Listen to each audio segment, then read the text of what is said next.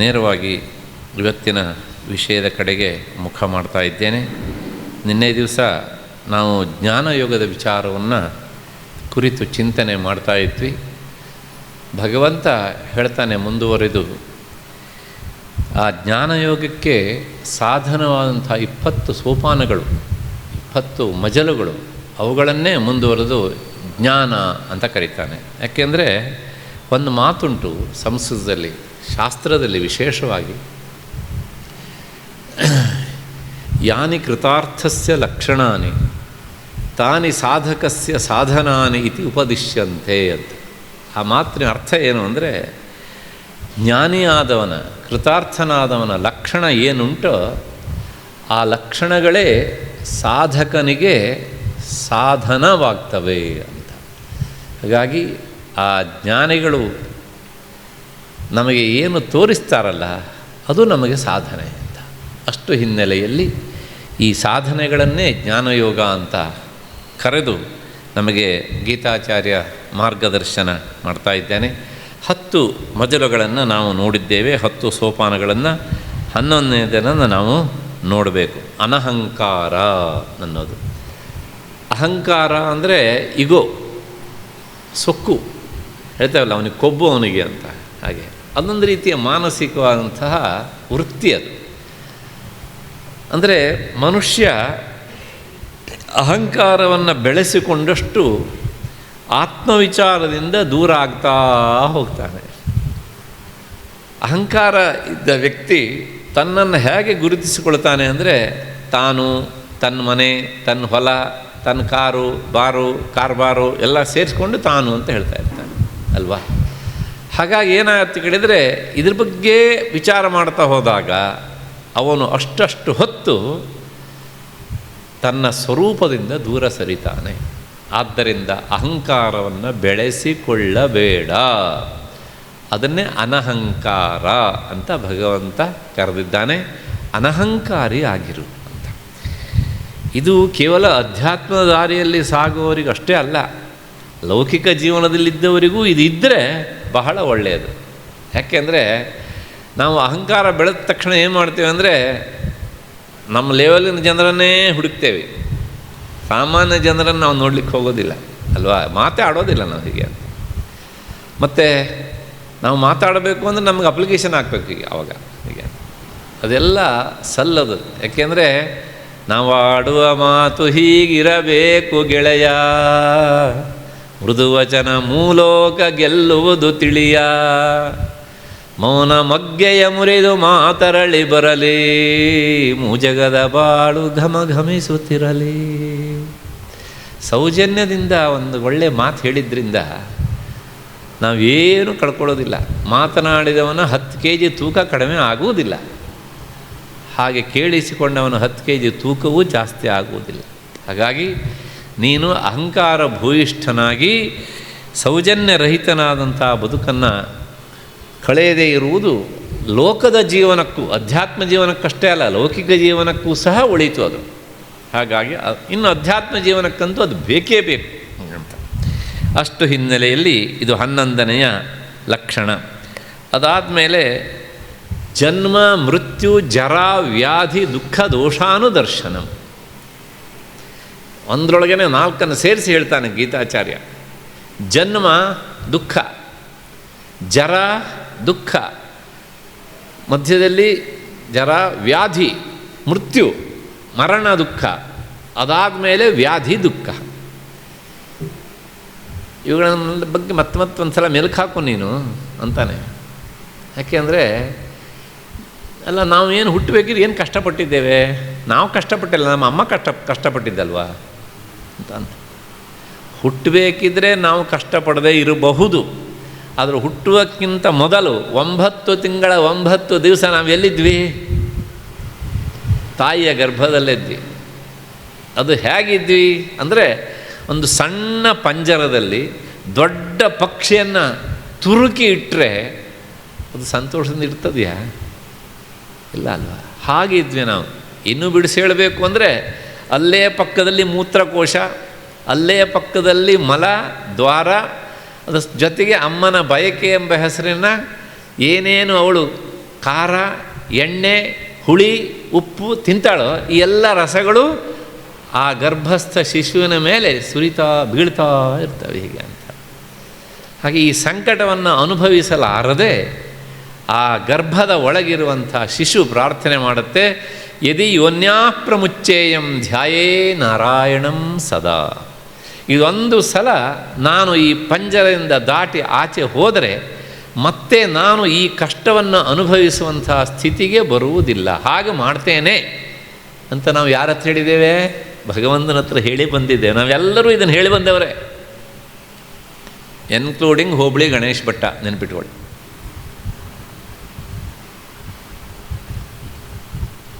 ಪ್ರಾಮಾಣಿಕ ಪ್ರಶ್ನೆ ಮಾಡ್ಕೊಳ್ಳೋಣ, ನಾವು ಮಾಡ್ತಿದ್ದೇವೆ ಆ ಕೆಲಸನ? ಮತ್ತೆ ಅಲ್ಲಿ ಹೋಗಲಿಕ್ಕೆ ಆಗದೇ ಇರುವಂಥ ಅಥವಾ ಹೋಗಲಿಕ್ಕೆ ಇಷ್ಟಪಡದೇ ಇರುವಂಥದ್ದನ್ನು ನಾವು ಮಾಡ್ತಾ ಇದ್ದೇವೆ. ನಾವು ಮಾಡುವಂಥ ಪ್ರತಿಯೊಂದು ಕೆಲಸವೂ ಮತ್ತೆ ಮತ್ತೆ ನಮ್ಮನ್ನು ಜನ್ಮಕ್ಕೆ ದುಡ್ತಾ ಇರ್ತದೆ. ಹಾಗಾಗಿ ಎತ್ಕೊಳ್ತಾನೆ ಹೇಳ್ತಾನೆ ಭಗವಂತ, ಜನ್ಮ ಆ ಒಂದು ಸಲ ಗರ್ಭವಾಸನ್ನು ಅನುಭವಿಸೋದುಂಟಲ್ಲ, ನರಕ ಯಾತನೆ. ಇದು ಪುಣ್ಯಕರ್ಮ ಮಾಡಿದವನಿಗೂ ಉಂಟು, ಪಾಪಕರ್ಮ ಮಾಡಿದವನಿಗೂ ಉಂಟು ಗ್ರಹಚಾರ. ಹಾಗಾಗಿ ಮುಂದೆ ಬರುತ್ತೆ ಆ ವಿಷಯ, ಅದನ್ನು ಆಮೇಲೆ ನೋಡೋಣ. ಇನ್ನು ಎರಡನೇದು ಜನ್ಮ ಮೃತ್ಯು, ಇನ್ನು ಸಾವು. ಅದ್ರ ಬಗ್ಗೆ ದೋಷ ದರ್ಶನಂ, ದೋಷವನ್ನು ನೋಡು. ಸಾವಿನಲ್ಲಿ ಏನು ದೋಷ ಅಂತ, ಸಾವಿನಲ್ಲಿ ದೋಷ ಏನಾಗುತ್ತೆ ಅಂತ ಸತ್ತವನು ಹೇಳಬೇಕು. ಆದರೆ ಆ ಸಾವಿಗಿಂತ ಮೊದಲೊಂದು ಓಲ್ಡ್ ಏಜ್ ಅಂತ ಒಂದು ಉಂಟಲ್ಲ, ಓಲ್ಡ್ ಏಜ್ ಶುರುವಾದಾಗಲೇ ನಮಗೆ ಸಂಕಟ, ಹೌದು ತಾನೇ? ಇನ್ನು ಸಾವು ಬರ್ತದೆ ಅಂತ ಗೊತ್ತಾದರೆ ನಾವು ಅದಕ್ಕೆ ಮೊದಲೇ ಸಾಯ್ಲಿಕ್ಕೆ ಶುರುವಾಗಿರ್ತೇವೆ ಅರ್ಧ. ಆದ್ದರಿಂದ ಈ ಜನ್ಮ ಕಷ್ಟ, ಮತ್ತು ಜರ ಓಲ್ಡ್ ಏಜ್ ಕಷ್ಟ, ಮೃತ್ಯು ಇನ್ನೂ ಕಷ್ಟ, ಇನ್ನು ವ್ಯಾಧಿ, ಇವುಗಳ ಮಧ್ಯದಲ್ಲಿ ದೈಹಿಕವಾದ ಕಾಯಿಲೆ ಮತ್ತು ಮಾನಸಿಕವಾದಂಥ ಕಾಯಿಲೆ, ಈ ಎಲ್ಲ ಕಾಯಿಲೆಗಳನ್ನು ನೆನೆಸಿಕೊಂಡು ಹುಟ್ಟದೇ ಇರುವುದರ ಬಗ್ಗೆ ಏನು ಬೇಕೋ ಅದನ್ನು ಪ್ರಯತ್ನ ಮಾಡು, ಅದಕ್ಕೋಸ್ಕರ ಜ್ಞಾನಯೋಗದ ಕಡೆಗೆ ಮುಖ ಮಾಡು ಅಂತ ಭಗವಂತ ಹೇಳ್ತಾನೆ. ಹೀಗೆ ಜನ್ಮ ಮೃತ್ಯು ಜರ ವ್ಯಾಧಿ ದುಃಖ ದೋಷಾನುದರ್ಶನಂ. ಅದಾದಮೇಲೆ ಮುಂದಿನದು, ಇದು 13ನೇ ಮಜಲು, ಆಸಕ್ತಿ. ಆಸಕ್ತಿ ಅಂದರೆ ಯಾವುದರ ಬಗ್ಗೂ ಅಷ್ಟಾಗಿ ಅಂಟಿಸಿಕೊಳ್ಳಿಕ್ಕೆ ಹೋಗಬೇಡ, ಹಚ್ಚಿಕೊಳ್ಳಬೇಡ, ಎಷ್ಟೋ ಅಷ್ಟು. ಯಾಕೆಂದರೆ ನೀನು ಎಷ್ಟೆಷ್ಟು ಹಚ್ಚಿಕೊಳ್ತೀಯೋ ಆ ಹಚ್ಚಿಕೊಂಡಿದ್ದೆಲ್ಲವೂ ಸಹ ನಿನಗೆ ದುಃಖವಾಗಿ ಮಾರ್ಪಾಟಾಗಿ ಬರ್ತದೆ ಅಂತ. ಯಾಕೆ ಈ ಮಾತು ಹೇಳ್ತೇನೆ ಅಂದರೆ ನಂದಲ್ಲ ಮಾತು, ಗೀತಾಚಾರ್ಯ ಅಂತ, ಆಸಕ್ತಿ ಅಂತ. ಅಂದರೆ ನಮಗೆ ಎಲ್ಲಿಲ್ಲದ ಮೋಹ, ಅದಕ್ಕೆ ಆಸಕ್ತಿ ಕಾರಣ ಮೋಹ, ಅದನ್ನೇ ತಾನೇ ಬಿಡಬೇಕು ಅಂತ ಹೊರಟಿದೆ ಹೇಳೋದು ಗೀತೆ. ಶೋಕ ಮತ್ತು ಮೋಹ ಅದೇ ಎರಡು ಬೀಜಗಳು ಅಂತ. ಆ ಮೋಹದ ಮುಂದುವರಿಕೆಯ ಭಾಗವಾಗಿ ಆಸಕ್ತಿ, ಎಲ್ಲರ ಬಗ್ಗೂ ಸಹ ಆಸಕ್ತಿ, ಅಂಟಿಸಿಕೊಳ್ಳುವಿಕೆ ಅಂತ. ಎಲ್ಲಿ? ಪುತ್ರ ದಾರಗ್ರಹಾದಿಷು, ಯಾರ್ಯಾರ ಬಗ್ಗೆ? ಮಕ್ಕಳ ಬಗ್ಗೆ. ನಾನು ಈಗ ತಾನೇ ಹೇಳಿ ಬಂದಿದ್ದೇನೆ, ಮತ್ತು ಅದನ್ನೇ ಹೇಳ್ತೇನೆ. ಮಕ್ಕಳು ಎಲ್ಲ ದೂರದಲ್ಲಿರ್ತಾರೆ, ಕರೆಕ್ಟಾಗಿ 7 ಗಂಟೆಗೆ ಅವ್ರು ಫೋನ್ ಮಾಡಬೇಕು ಅಲ್ಲಿಂದ. ಏಕೆಂದರೆ ಅಪ್ಪ ಅಮ್ಮನ ಹತ್ತಿರ ಇರಲಿಕ್ಕಂತೂ ಅವ್ರಿಗೆ ಆಗೋದಿಲ್ವಲ್ಲ. ಹಾಗಾಗಿ ಅವ್ರ ಫೋನ್ ಬಂದಿಲ್ಲ ಅಂದರೆ ಇವ್ರು ಚಟಪಡಿಸುವಿಕೆ. ಯಾಕೆ ಶುರುವಾಗ್ತದೆ ಆ ಚಡಪಡಿಸುವಿಕೆ? ಮೋಹ, ಆಸಕ್ತಿ. ಅದೇ ಪಕ್ಕದ ಮನೆಯಲ್ಲಿ ಹುಡುಗ ಅಲ್ಲಿದ್ದವನು ಫೋನ್ ಮಾಡದೇ ಇದ್ದರೆ ಚಡಪಡಿಸ್ತೇವೆ ನಾವು? ಇಲ್ಲ ಅಲ್ವಾ? ಹಾಗಾಗಿ ಯಾರನ್ನು ಹಚ್ಚಿಕೊಳ್ಳಬೇಡ. ಪುತ್ರ ದಾರ ಗ್ರಹಾದಿಷು. ಹಾಗೆ ಒಂದು ಹಂತದವರೆಗೆ ಗಂಡ ಹೆಂಡತಿ ಅನ್ನುವಂತಹ ಸ್ನೇಹ ಶಕ್ತಿ ಇರಬೇಕು. ಒಂದು ಲೆವೆಲ್ ಆದಮೇಲೆ, ಅಧ್ಯಾತ್ಮದ ದಾರಿಗೆ ಬಂದಾದ ಮೇಲೆ ಗಂಡನ ಸಾಧನೆ ಗಂಡನಿಗೆ, ಹೆಂಡತಿಯ ಸಾಧನೆ ಹೆಂಡತಿಗೆ. ಮದುವೆ ಆದ ಹೊಸತ್ರೊಳಗೆ ಕೈ ಹಿಡ್ಕೊಂಡು ಓಡಾಡಿ ಎಲ್ಲ ಒಟ್ಟಿಗೆ ಆಗಲಿ ಅಷ್ಟೂ ಸಹ. ಅದರ ವಯಸ್ಸು 60 ಆದಮೇಲೂ ಸಹ ಇನ್ನೂ ಹಾಗೇ ಇರಬೇಕು ಅಂದರೆ ಅಧ್ಯಾತ್ಮದ ಕಡೆಗೆ ಮುಖ ಮಾಡೋದು ಯಾವಾಗ ನಾವು? ಹಾಗಾಗಿ ಪುತ್ರ ದಾರ. ಇನ್ನು ಮನೆ ಬಗ್ಗೂ ಅಷ್ಟೇ, ಕಟ್ಟಿದ್ದೇವೆ, ಎಷ್ಟು ದಿವಸ ಇರ್ತದೆ, ಅಲ್ಲಿ ಪೇಜು ಇಲ್ಲಿ ಪೇಜ್ ಅಂತ ಯಾರೋ ಹೇಳ್ತಾರೆ ಅಂತ ತಲೆ ಬಿಸಿ ಮಾಡ್ಕೊಳ್ಳಿಕ್ಕೆ ಹೋಗಬೇಡ. ಅಷ್ಟಾಗಿ ಎಷ್ಟೋ ಅಷ್ಟೇ ಮುಗಿದೋಯ್ತು. ಈ ರೀತಿಯಾದಂಥ ಭಾವನೆಯನ್ನು ತಾಳದೇ ಇದ್ದರೆ ನೀನು ಜ್ಞಾನಯೋಗದ ಕಡೆಗೆ ಮುಖ ಮಾಡಲಾರೆ. ಹಾಗಾಗಿ ಮೊದಲು ಈ ರೀತಿಯಾಗಿ ನಿನ್ನ ಮನಸ್ಸನ್ನು ಅದಕ್ಕೆ ಹೊಂದಿಸಿಕೊ ಅಂತ. ಇನ್ನು ಅದಕ್ಕೂ ಮುಂದಿನದು ಅಭಿಶ್ರಂಗ ಅಂತ. ಅಭಿಶ್ರಂಗ ಇಲ್ಲದೇ ಇರುವುದು ಅನಭಿಶ್ರಂಗ ಅಂತ. ಅಭಿಶ್ರಂಗ ಅಂದರೆ ಅತಿಯಾದ ಸ್ನೇಹ, ಅತಿಯಾದಂತಹ ಮೋಹ. ನಾನು ಸಾಮಾನ್ಯವಾಗಿ ಒಂದು ಉದಾಹರಣೆ ಕೊಡ್ತೇನೆ. ಏನು ಅಂದರೆ, ನಮ್ಮ ಮನೆಗೆ ಯಾವುದೋ ಒಂದು ಮಕ್ಕಳಿರುವ ಕಪಲನ್ನು ಕರಿತೇವೆ, ಮಕ್ಕಳು ಬರ್ತಾರೆ. ಆ ಮಕ್ಕಳು ಬರಬೇಕಿದ್ರೆ ಗೃಹಚಾರ ಜೇಬಲ್ಲಿ ಪೆನ್ಸಿಲ್ ಹಾಕ್ಕೊಂಡೇ ಬರ್ತಾರೆ. ನಮ್ಮನೆ ಗೋಡೆ ನೋಡಿದ ತಕ್ಷಣ ಅವರಿಗೆ ಇಲ್ಲೇ ಒಂದು ಡ್ರಾಯಿಂಗ್ ಬಿಡಿಸೋಣ ಅಂತ ಅನಿಸುತ್ತೆ. ಡ್ರಾಯಿಂಗ್ ಬಿಡಿಸ್ಲಿಕ್ಕೆ ಶುರು ಮಾಡ್ತಾರೆ. ಆ ಮನೆ ಯಜಮಾನ ಹೋದ ತಿಂಗಳು ಅಷ್ಟೇ ಪೇಂಟ್ ಮಾಡಿಸಿರ್ತಾನೆ. ಈಗ ಅವನ ಕಥೆ ಏನಾಗಬೇಕು? ಎಷ್ಟೊತ್ತಿಗೆ ಇವ್ರು ಹೋಗ್ತಾರಪ್ಪ ಅಂತ ಅನಿಸುತ್ತಲ್ಲ ಅವನಿಗೆ. ಯಾಕೆಂದರೆ ಆ ಗೋಡೆಯ ಮೇಲೆ ಮಗು ಕೆರೆದ್ರೆ, ಚಿತ್ರ ಬಿಡಿಸಿದರೆ ಇವನ ಕೈ ಮೇಲೆ ಚಿತ್ರ ಬಿಡಿದ್ರೆ ಸಂಕಟ ಆಗ್ತಾ ಇರುತ್ತೆ. ಯಾಕೆ? ಅಭಿಶ್ರಂಗ. ಇದನ್ನು ನಾನು ನೋಡಿದ್ದನ್ನು ಹೇಳ್ತಾ ಇದ್ದೇನೆ, ತಮಾಷೆ ಹೇಳ್ತಾ ಇಲ್ಲ. ಈ ವೇದಾಂತದ ದೃಷ್ಟಿ ಇದ್ದರೆ ನಮಗೆಲ್ಲ ಕಡೆಗೂ ಸೋರ್ಸ್ ಸಿಗ್ತದೆ. ಗ್ರಹಚಾರ ಎಲ್ಲಿ ನೋಡಿದ್ರು ವೇದಾಂತ ಕಾಣೋದು ಈಗ ಅಂತ. ಹಾಗೆ ಆ ಮಗು ಅವ್ರ ಮೇಲೆ ಒಂದು ದಿವಾನಿ ಇದ್ದರೆ ಎತ್ತಿ ದಿಗಿ ದಿಗಿ ದಿಗಿ ಅಂತ ಕುಣಿತಾ ಇರ್ತದೆ. ಅದಕ್ಕೆ ಸಂತೋಷ. ಯಾಕೆಂದರೆ ಇದು ಒಂದ್ಸಲ ಕುಣಿದ ಮೇಲೆ ಹೋಗ್ಲಿಕ್ಕೆ ಬರುತ್ತಲ್ಲ ಅಂತ. ಈಗ ಹಾಗೆ ಕುಣಿತಾ ಇದ್ರಿ ಯಜಮಾನಿಗೆ ಏನಿಸುತ್ತೆ? ಇವನು ಎದೆ ಮೇಲೆ ಕುಣಿದಷ್ಟು ಸಂಕಟ ಆಗ್ತಾ ಇರುತ್ತೆ ಅಲ್ವಾ? ಯಾಕೆ ಹೀಗಾಗತ್ತೆ ಅಂದರೆ ಅಭಿಶ್ರಂಗ, ಅತಿಯಾದಂತಹ ಸ್ನೇಹ. ಯಾವುದ ಮೇಲೆ? ಆ ಜಡ ವಸ್ತುಗಳ ಮೇಲೆ. ಬಿಟ್ಬಿಡು, ಮಗು ಕುಣಿತದ, ನೀನು ಅದ್ರ ಜೊತೆಗೆ ಭಾಗವಹಿಸ್ಬಿಡು, ಅದಿಷ್ಟೊತ್ತು ಸಂತೋಷ ಪಡೋ ಹೀಗೆ ಅಂತ. ಹಾಗಾಗಿ ಆಸಕ್ತಿ ಅನಭಿಶ್ರಂಗ. ಅದಾದಮೇಲೆ ಮುಂದಿನದು ಸಮಚಿತ್ತತ್ವಂ. ಚಿತ್ತತ್ವಂ ತುಲ್ಯ ಚಿತ್ತತ, ಸಮಾನವಾಗಿ ನಮ್ಮ ಮನಸ್ಸನ್ನು ಇರಿಸಿಕೊಳ್ಳುವಂಥದ್ದು. ಅದು ನಮಗೇನಾಗುತ್ತೆ, ಯಾರೋ ನಮ್ಮನ್ನು ಹೊಗಳಿದರೆ ನಮ್ಮ ಮನಸ್ಸು ಬಲೂನ್ ತರಹ ಉಬ್ಬತ್ತೆ. ಯಾರೋ ನಮ್ಮನ್ನು ತೆಗಳಿದರೆ ಅದೊಂಥರ ಪಂಕ್ಚರ್ ಆದ ಟೈರ್ ಆಗಿಬಿಡುತ್ತೆ ಅಲ್ವಾ? ಇದಲ್ಲ. ಯಾವಾಗಲೂ ಸಮನಾಗಿ ಇರು. ನಿನ್ನ ಮನಸ್ಸನ್ನು ಯಾರು ನಿಂದನೆನಾರೂ ಮಾಡಲಿ, ಯಾರು ಹೊಗಳಾದರೂ ಹೊಗಳಿ, ಅದು ಏರುಪೇರು ಆಗಲಿಕ್ಕೆ ಬಿಡಬೇಡ.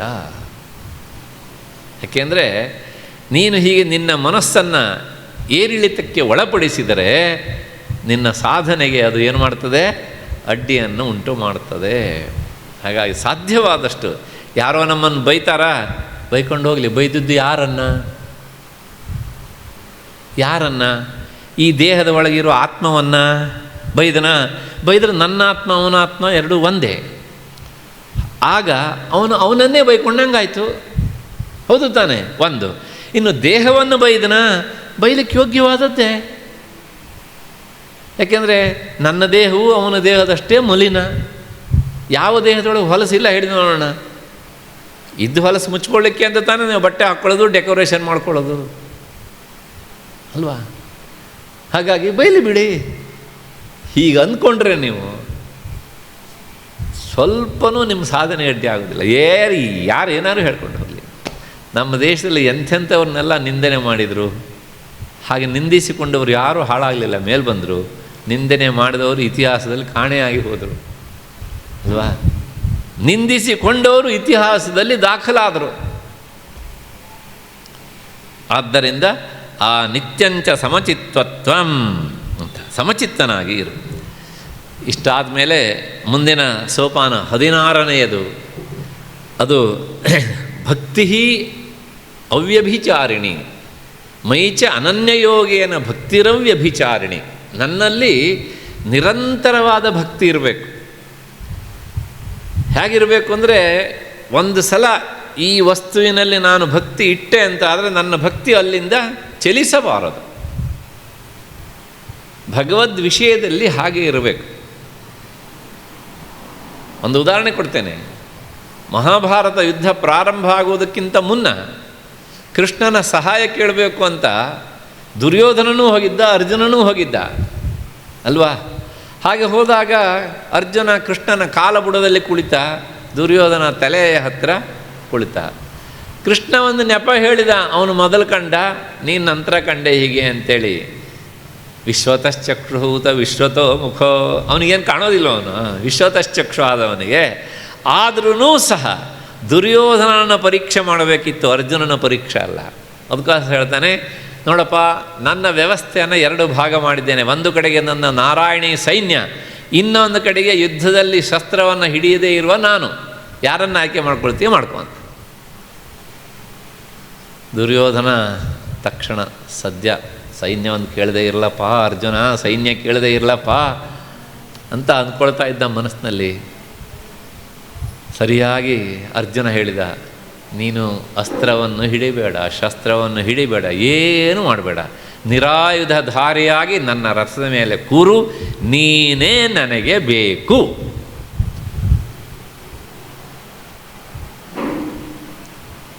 ಅಂದರೆ ಲೌಕಿಕ ಸಂಪತ್ತು ಮತ್ತು ಪಾರಮಾರ್ಥಿಕ ಸಂಪತ್ತು ಎರಡನ್ನೂ ನಮ್ಮ ಮುಂದೆ ಗುಡ್ಡೆ ಹಾಕ್ಕೊಂಡು ಕುಳಿತುಕೊಂಡಾಗ ಯಾವುದು ಬೇಕು ಅಂತ ಕೇಳಿದರೆ ಪಾರಮಾರ್ಥಿಕವಾದ ಸಂಪತ್ತನ್ನೇ ಆಯ್ಕೆ ಮಾಡಿಕೊಳ್ಳುವುದು ಅದು ನಿಜವಾದ ಭಕ್ತಿ. ದುರ್ಯೋಧನ ಏನನ್ನು ಆಯ್ಕೆ ಮಾಡಿಕೊಂಡ? ನಾರಾಯಣಿ ಸೈನ್ಯ ಬೇಕು ಅಂತ ಹೇಳಿದ, ಕೊಟ್ಟ. ಕೃಷ್ಣನಿಗೆ ಬೇಕಿತ್ತು ಅದು, ಆ ಕಡೆ ಇದ್ದವರನ್ನೊಂದಷ್ಟು ಮುಗಿಸ್ಬೇಕಿತ್ತು ಅಂಥೇಳಿ, ಹಾಗಾಗಿ ಅವನು ಹಾಗೆ ಆಯ್ಕೆ ಮಾಡಿಕೊಂಡ. ಯಾಕೆ ಹೇಳಿದೆ ಇದನ್ನು? ಭಕ್ತಿ ಅಂದರೆ ಭಗವದ್ವಿಷಯಕವಾದಂಥ ಚಿಂತನೆಯೇ ನಿಜವಾದ ಅರ್ಥದಲ್ಲಿ ಭಕ್ತಿ. ಹಾಗಾಗಿ ಅದು ಎಂದೂ ಸಹ ವ್ಯಭಿಚರಿತ ಆಗಬಾರದು, ಬದಲಾವಣೆ ಆಗಬಾರದು ಅಂತ. ನಾವು ಹಾಗಲ್ಲ, ಆವಾಗ 2 ತಿಂಗಳಿಗೆ ಬದಲಾವಣೆ ಆಗ್ತಾ ಇರುತ್ತೆ ನಮ್ಮ ಭಕ್ತಿ ಅಲ್ವಾ? ಹಾಗೆ ಆಗಕೂಡದು.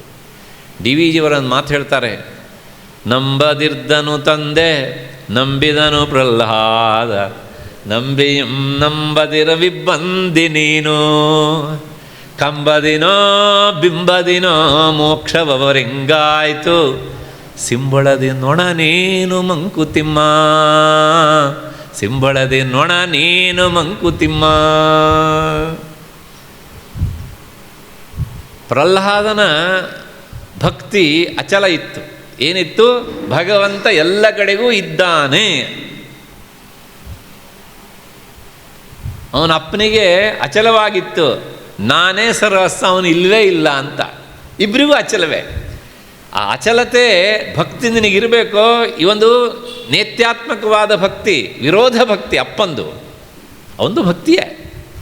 ಮಗನಂದು ಸಕಾರಾತ್ಮಕವಾದ ಭಕ್ತಿ. ಆದರೆ ಅವನ ಭಕ್ತಿಯನ್ನು ನೋಡಿ ಇವನು ಬದಲಾಗಲಿಲ್ಲ, ಇವನ ಭಕ್ತಿಯನ್ನು ನೋಡಿ ಅವನು ಬದಲಾವಣೆ ಆಗಲಿಲ್ಲ. ಅದಕ್ಕೋಸ್ಕರ ಇಬ್ಬರಿದ್ದು ಸಹ ಅವ್ಯಭಿಚರಿತವಾದ ಭಕ್ತಿ ಅದು. ಪ್ರಹ್ಲಾದ ಭಗವಂತ ಇದ್ದಾನೆ ಅಂತ ಹೇಳಿದ ತಕ್ಷಣ ಹಿರಣ್ಯಕಶಿಪು ಬದಲಾವಣೆ ಆಗಲಿಲ್ಲ. ಅದನ್ನ ಬದಲಾವಣೆ ಆಗಿದ್ದಿದ್ರೆ ಹಿರಣ್ಯಕಶಿಪುವಿನ ಭಕ್ತಿ ವ್ಯಭಿಚರಿತವಾಗ್ತಿತ್ತು. ಹಿರಣ್ಯಕಶಿಪು ಭಗವಂತ ಇಲ್ಲ ಅಂತ ಹೇಳಿದಾಗ ಪ್ರಹ್ಲಾದ ಏನಾದರೂ ಬದಲಾವಣೆ ಆದದ್ದಿದ್ದರೆ ಪ್ರಹ್ಲಾದನ ಭಕ್ತಿ ವ್ಯಭಿಚರಿತವಾಗ್ತಿತ್ತು. ಅದನ್ನ ಇಲ್ಲ. ಹಾಗಾಗಿ ಇಬ್ಬರಿದ್ದು ಅವ್ಯಭಿಚರಿತವಾದ ಭಕ್ತಿ.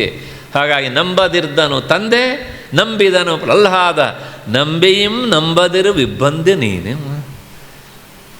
ಹಾಗಿದ್ರೆ ನೀನು ಹೇಗಿದ್ದೀಯಪ್ಪ ಅಂದರೆ ನಮ್ಮದು ಹಾಗಲ್ಲ. ಹೌದಪ್ಪನಿಗೆ ಹೌದಪ್ಪನ ಚಾವಡಿ, ಅಲ್ಲಪ್ಪನಿಗೆ ಅಲ್ಲಪ್ಪನ ಚಾವಡಿ. ಎಲ್ಲರೂ ಹೇಳಿದ್ರ ಆ ದೇವರು ತುಂಬ ತಕ್ಷಣ ವರ ಕೊಡ್ತಾನೆ, ತಗೊಳ್ಳಿ ಮುಂದಿನ ವಾರ ಅಲ್ಲಿಗೆ ಟ್ರಿಪ್ಪು. ಮತ್ತು ಈ ದೇವರಿಗೆ ವಂದನಾರ್ಪಣೆ, ಮುಗಿದೋಯ್ತು. ಇನ್ನೊಂದು ವರ್ಷ ಆದಮೇಲೆ ಇನ್ಯಾರು ಹೇಳಿದ್ರು, ನಾವು ಅಲ್ಲಿ ಹೋದ್ವು ರೀ, ಒಂದು ಹರಕೆ ಹೊತ್ಕೊಂಡು ಬಂದ್ವಿ ರೀ, ನೋಡಿ ಬರ್ತಾ ಇದ್ದಂತೆಯೇ ಆಗೋಯ್ತು ಕೆಲಸ. ಮೊದಲನೇದು ಎಲ್ಲ ದೇವರಿಗೂ ಗುಡ್ ಬಾಯ್, ಅಲ್ಲಿಗೆ ಹೊರಟ್ವಿ. ನಮ್ಮದೆಲ್ಲ ಭಕ್ತಿ ಏನಾಗುತ್ತೆ ಕೇಳಿದರೆ ವ್ಯಭಿಚರಿತ ಆಗ್ತಾ ಇರ್ತದೆ. ಅದಕ್ಕೋಸ್ಕರ ನಂಬಿಯೂ ನಂಬದಿರ ವಿಬ್ಬಂದಿ ನೀನು. ಹಾಗಿದ್ರೆ ಏನು ನಂಬ್ತೀಯೋ ಮತ್ತದು ಬದಲಾವಣೆ ಮಾಡಬೇಡ, ಸರಿಯಾಗಿ ಆಯ್ಕೆ ಮಾಡಿಕೊಂಡು ನಂಬು ಅಷ್ಟೇ. ನಮ್ಮಲ್ಲಿ ಇದೇ ದೊಡ್ಡ ಸಮಸ್ಯೆ. ಏಕೆಂದರೆ ವೇದಾಂತ ದಾರಿಯಲ್ಲಿ ಹೋಗುವವ್ರನ್ನ ದಾರಿ ತಪ್ಪಿಸೋರು ತುಂಬ ಜನ ಇರ್ತಾರೆ ಅಂತ. ಅವ್ರು ಚೆನ್ನಾಗಿಲ್ರಿ, ಇವ್ರ ಹತ್ರ ಹೋಗ್ರಿ ಅಂತ. ಪಾಪ ಏನೋ ಒಂದು 5-6 ವರ್ಷ ಸಾಧನೆ ಮಾಡಿರ್ತಾರೆ. ಇದನ್ನು ಹೇಳಿದ ತಕ್ಷಣ ತಲೆಯಲ್ಲಿ ಹುಳ ಓಡಾಡ್ತಾ ಇರುತ್ತೆ. ಆ ಹುಳಕ್ಕೆ ಅವಕಾಶ ಕೊಡಬಾರದು ನಾವು ಹೀಗೆ ಅಂತ. ಆದರೆ ಸೆಲೆಕ್ಷನ್ ಮಾಡಬೇಕಿದೆ, ಸರಿಯಾಗಿರಬೇಕು ಅಂತ.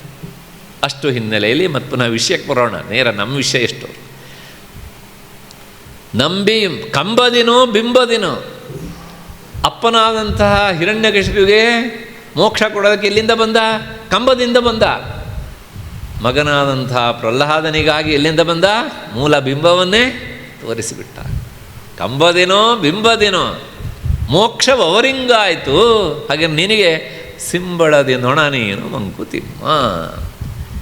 ಒಂದ್ಸಲ ಇಲ್ಲಿ ಹಾರತ್ತೆ, ಇನ್ನೊಂದ್ಸಲ ಇನ್ನೊಂದು ಹೊಲಸಿಗೆ ಬರುತ್ತೆ. ಹೀಗೆ ಆಗಬೇಡ. ಹಾಗಾಗಿ ಇಂತಹ ಭಕ್ತಿ, ಅಚಲವಾದಂಥ ಭಕ್ತಿ ಭಗವದ್ ವಿಷಯದಲ್ಲಿ ಇರಬೇಕು ಅಂತ ಭಗವಂತ ಹೇಳ್ತಾನೆ. ಅಷ್ಟಾದ ಮೇಲೆ ಮುಂದಿನದು 17ನೆಯ ಮಜಲು, ಸಾಧ್ಯವಾದಷ್ಟು ವಿವಿಕ್ತ ದೇಶ ಸೇವಿತ್ವಂ. ಏಕಾಂತ ಸ್ಥಳ ಅಂತ ಒಂದರ್ಥ ವಿವಿಕ್ತ ಅಂದರೆ, ಇನ್ನೊಂದು ಪುಣ್ಯ, ಪವಿತ್ರವಾದಂಥ ಸ್ಥಳ.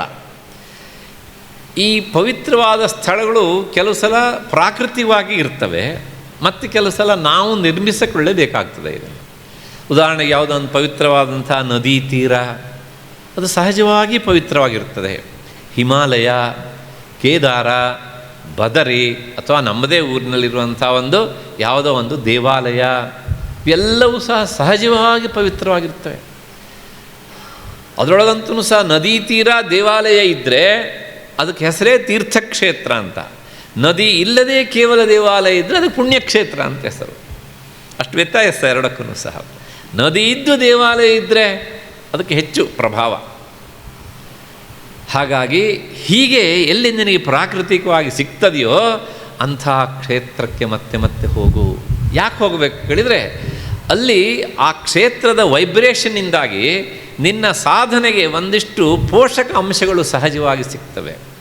ಹಾಗಾಗಿ ನಿನ್ನ ಪ್ರಯತ್ನ 50ರಷ್ಟಿದ್ದರೆ ಆ ಕ್ಷೇತ್ರದ ಮಹಿಮೆಯ ಪ್ರಭಾವ ಇನ್ನು 50ರಷ್ಟು ನಿನಗೆ ಅಪ್ರಾರ್ಥಿತವಾಗಿ, ಅಯಾಚಿತವಾಗಿ ಸಿಗ್ತದೆ. ಹಾಗಾಗಿ ಅಲ್ಲಿಗೆ 100% ಪಕ್ಕ ಆಗುತ್ತೆ ಈಗ ಅಂತ. ಆದರೆ ಇವತ್ತೇನಾಗಿದೆ, ತೀರ್ಥಕ್ಷೇತ್ರಗಳು ಸಹ ಸಾಕಷ್ಟು ಮಲಿನವಾಗಿವೆ. ಹಾಗಾಗಿ ನಾವು ಏನು ಮಾಡಬೇಕು, ಎಲ್ಲಿ ಏಕಾಂತ ಸಹಿತವಾದ ತೀರ್ಥಕ್ಷೇತ್ರ ಸಿಗತ್ತೋ, ಸಿಕ್ಕಿದರೆ ನಮ್ಮ ಅದೃಷ್ಟ, ಅಂಥ ತೀರ್ಥಕ್ಷೇತ್ರಕ್ಕೆ ಹೋಗುವುದು ವಿವಿಕ್ತ ಕ್ಷೇತ್ರ ಸೇವನ. ಇನ್ನು ಅಲ್ಲಿ ಹೋಗ್ಲಿಕ್ಕಾಗೋದಿಲ್ಲ, ನಮ್ಮ ಮನೆಯಲ್ಲಿಯೇ ಅದಕ್ಕೊಂದು ವಾತಾವರಣವನ್ನು ನಿರ್ಮಿಸಿಕೊಳ್ಳಬೇಕು.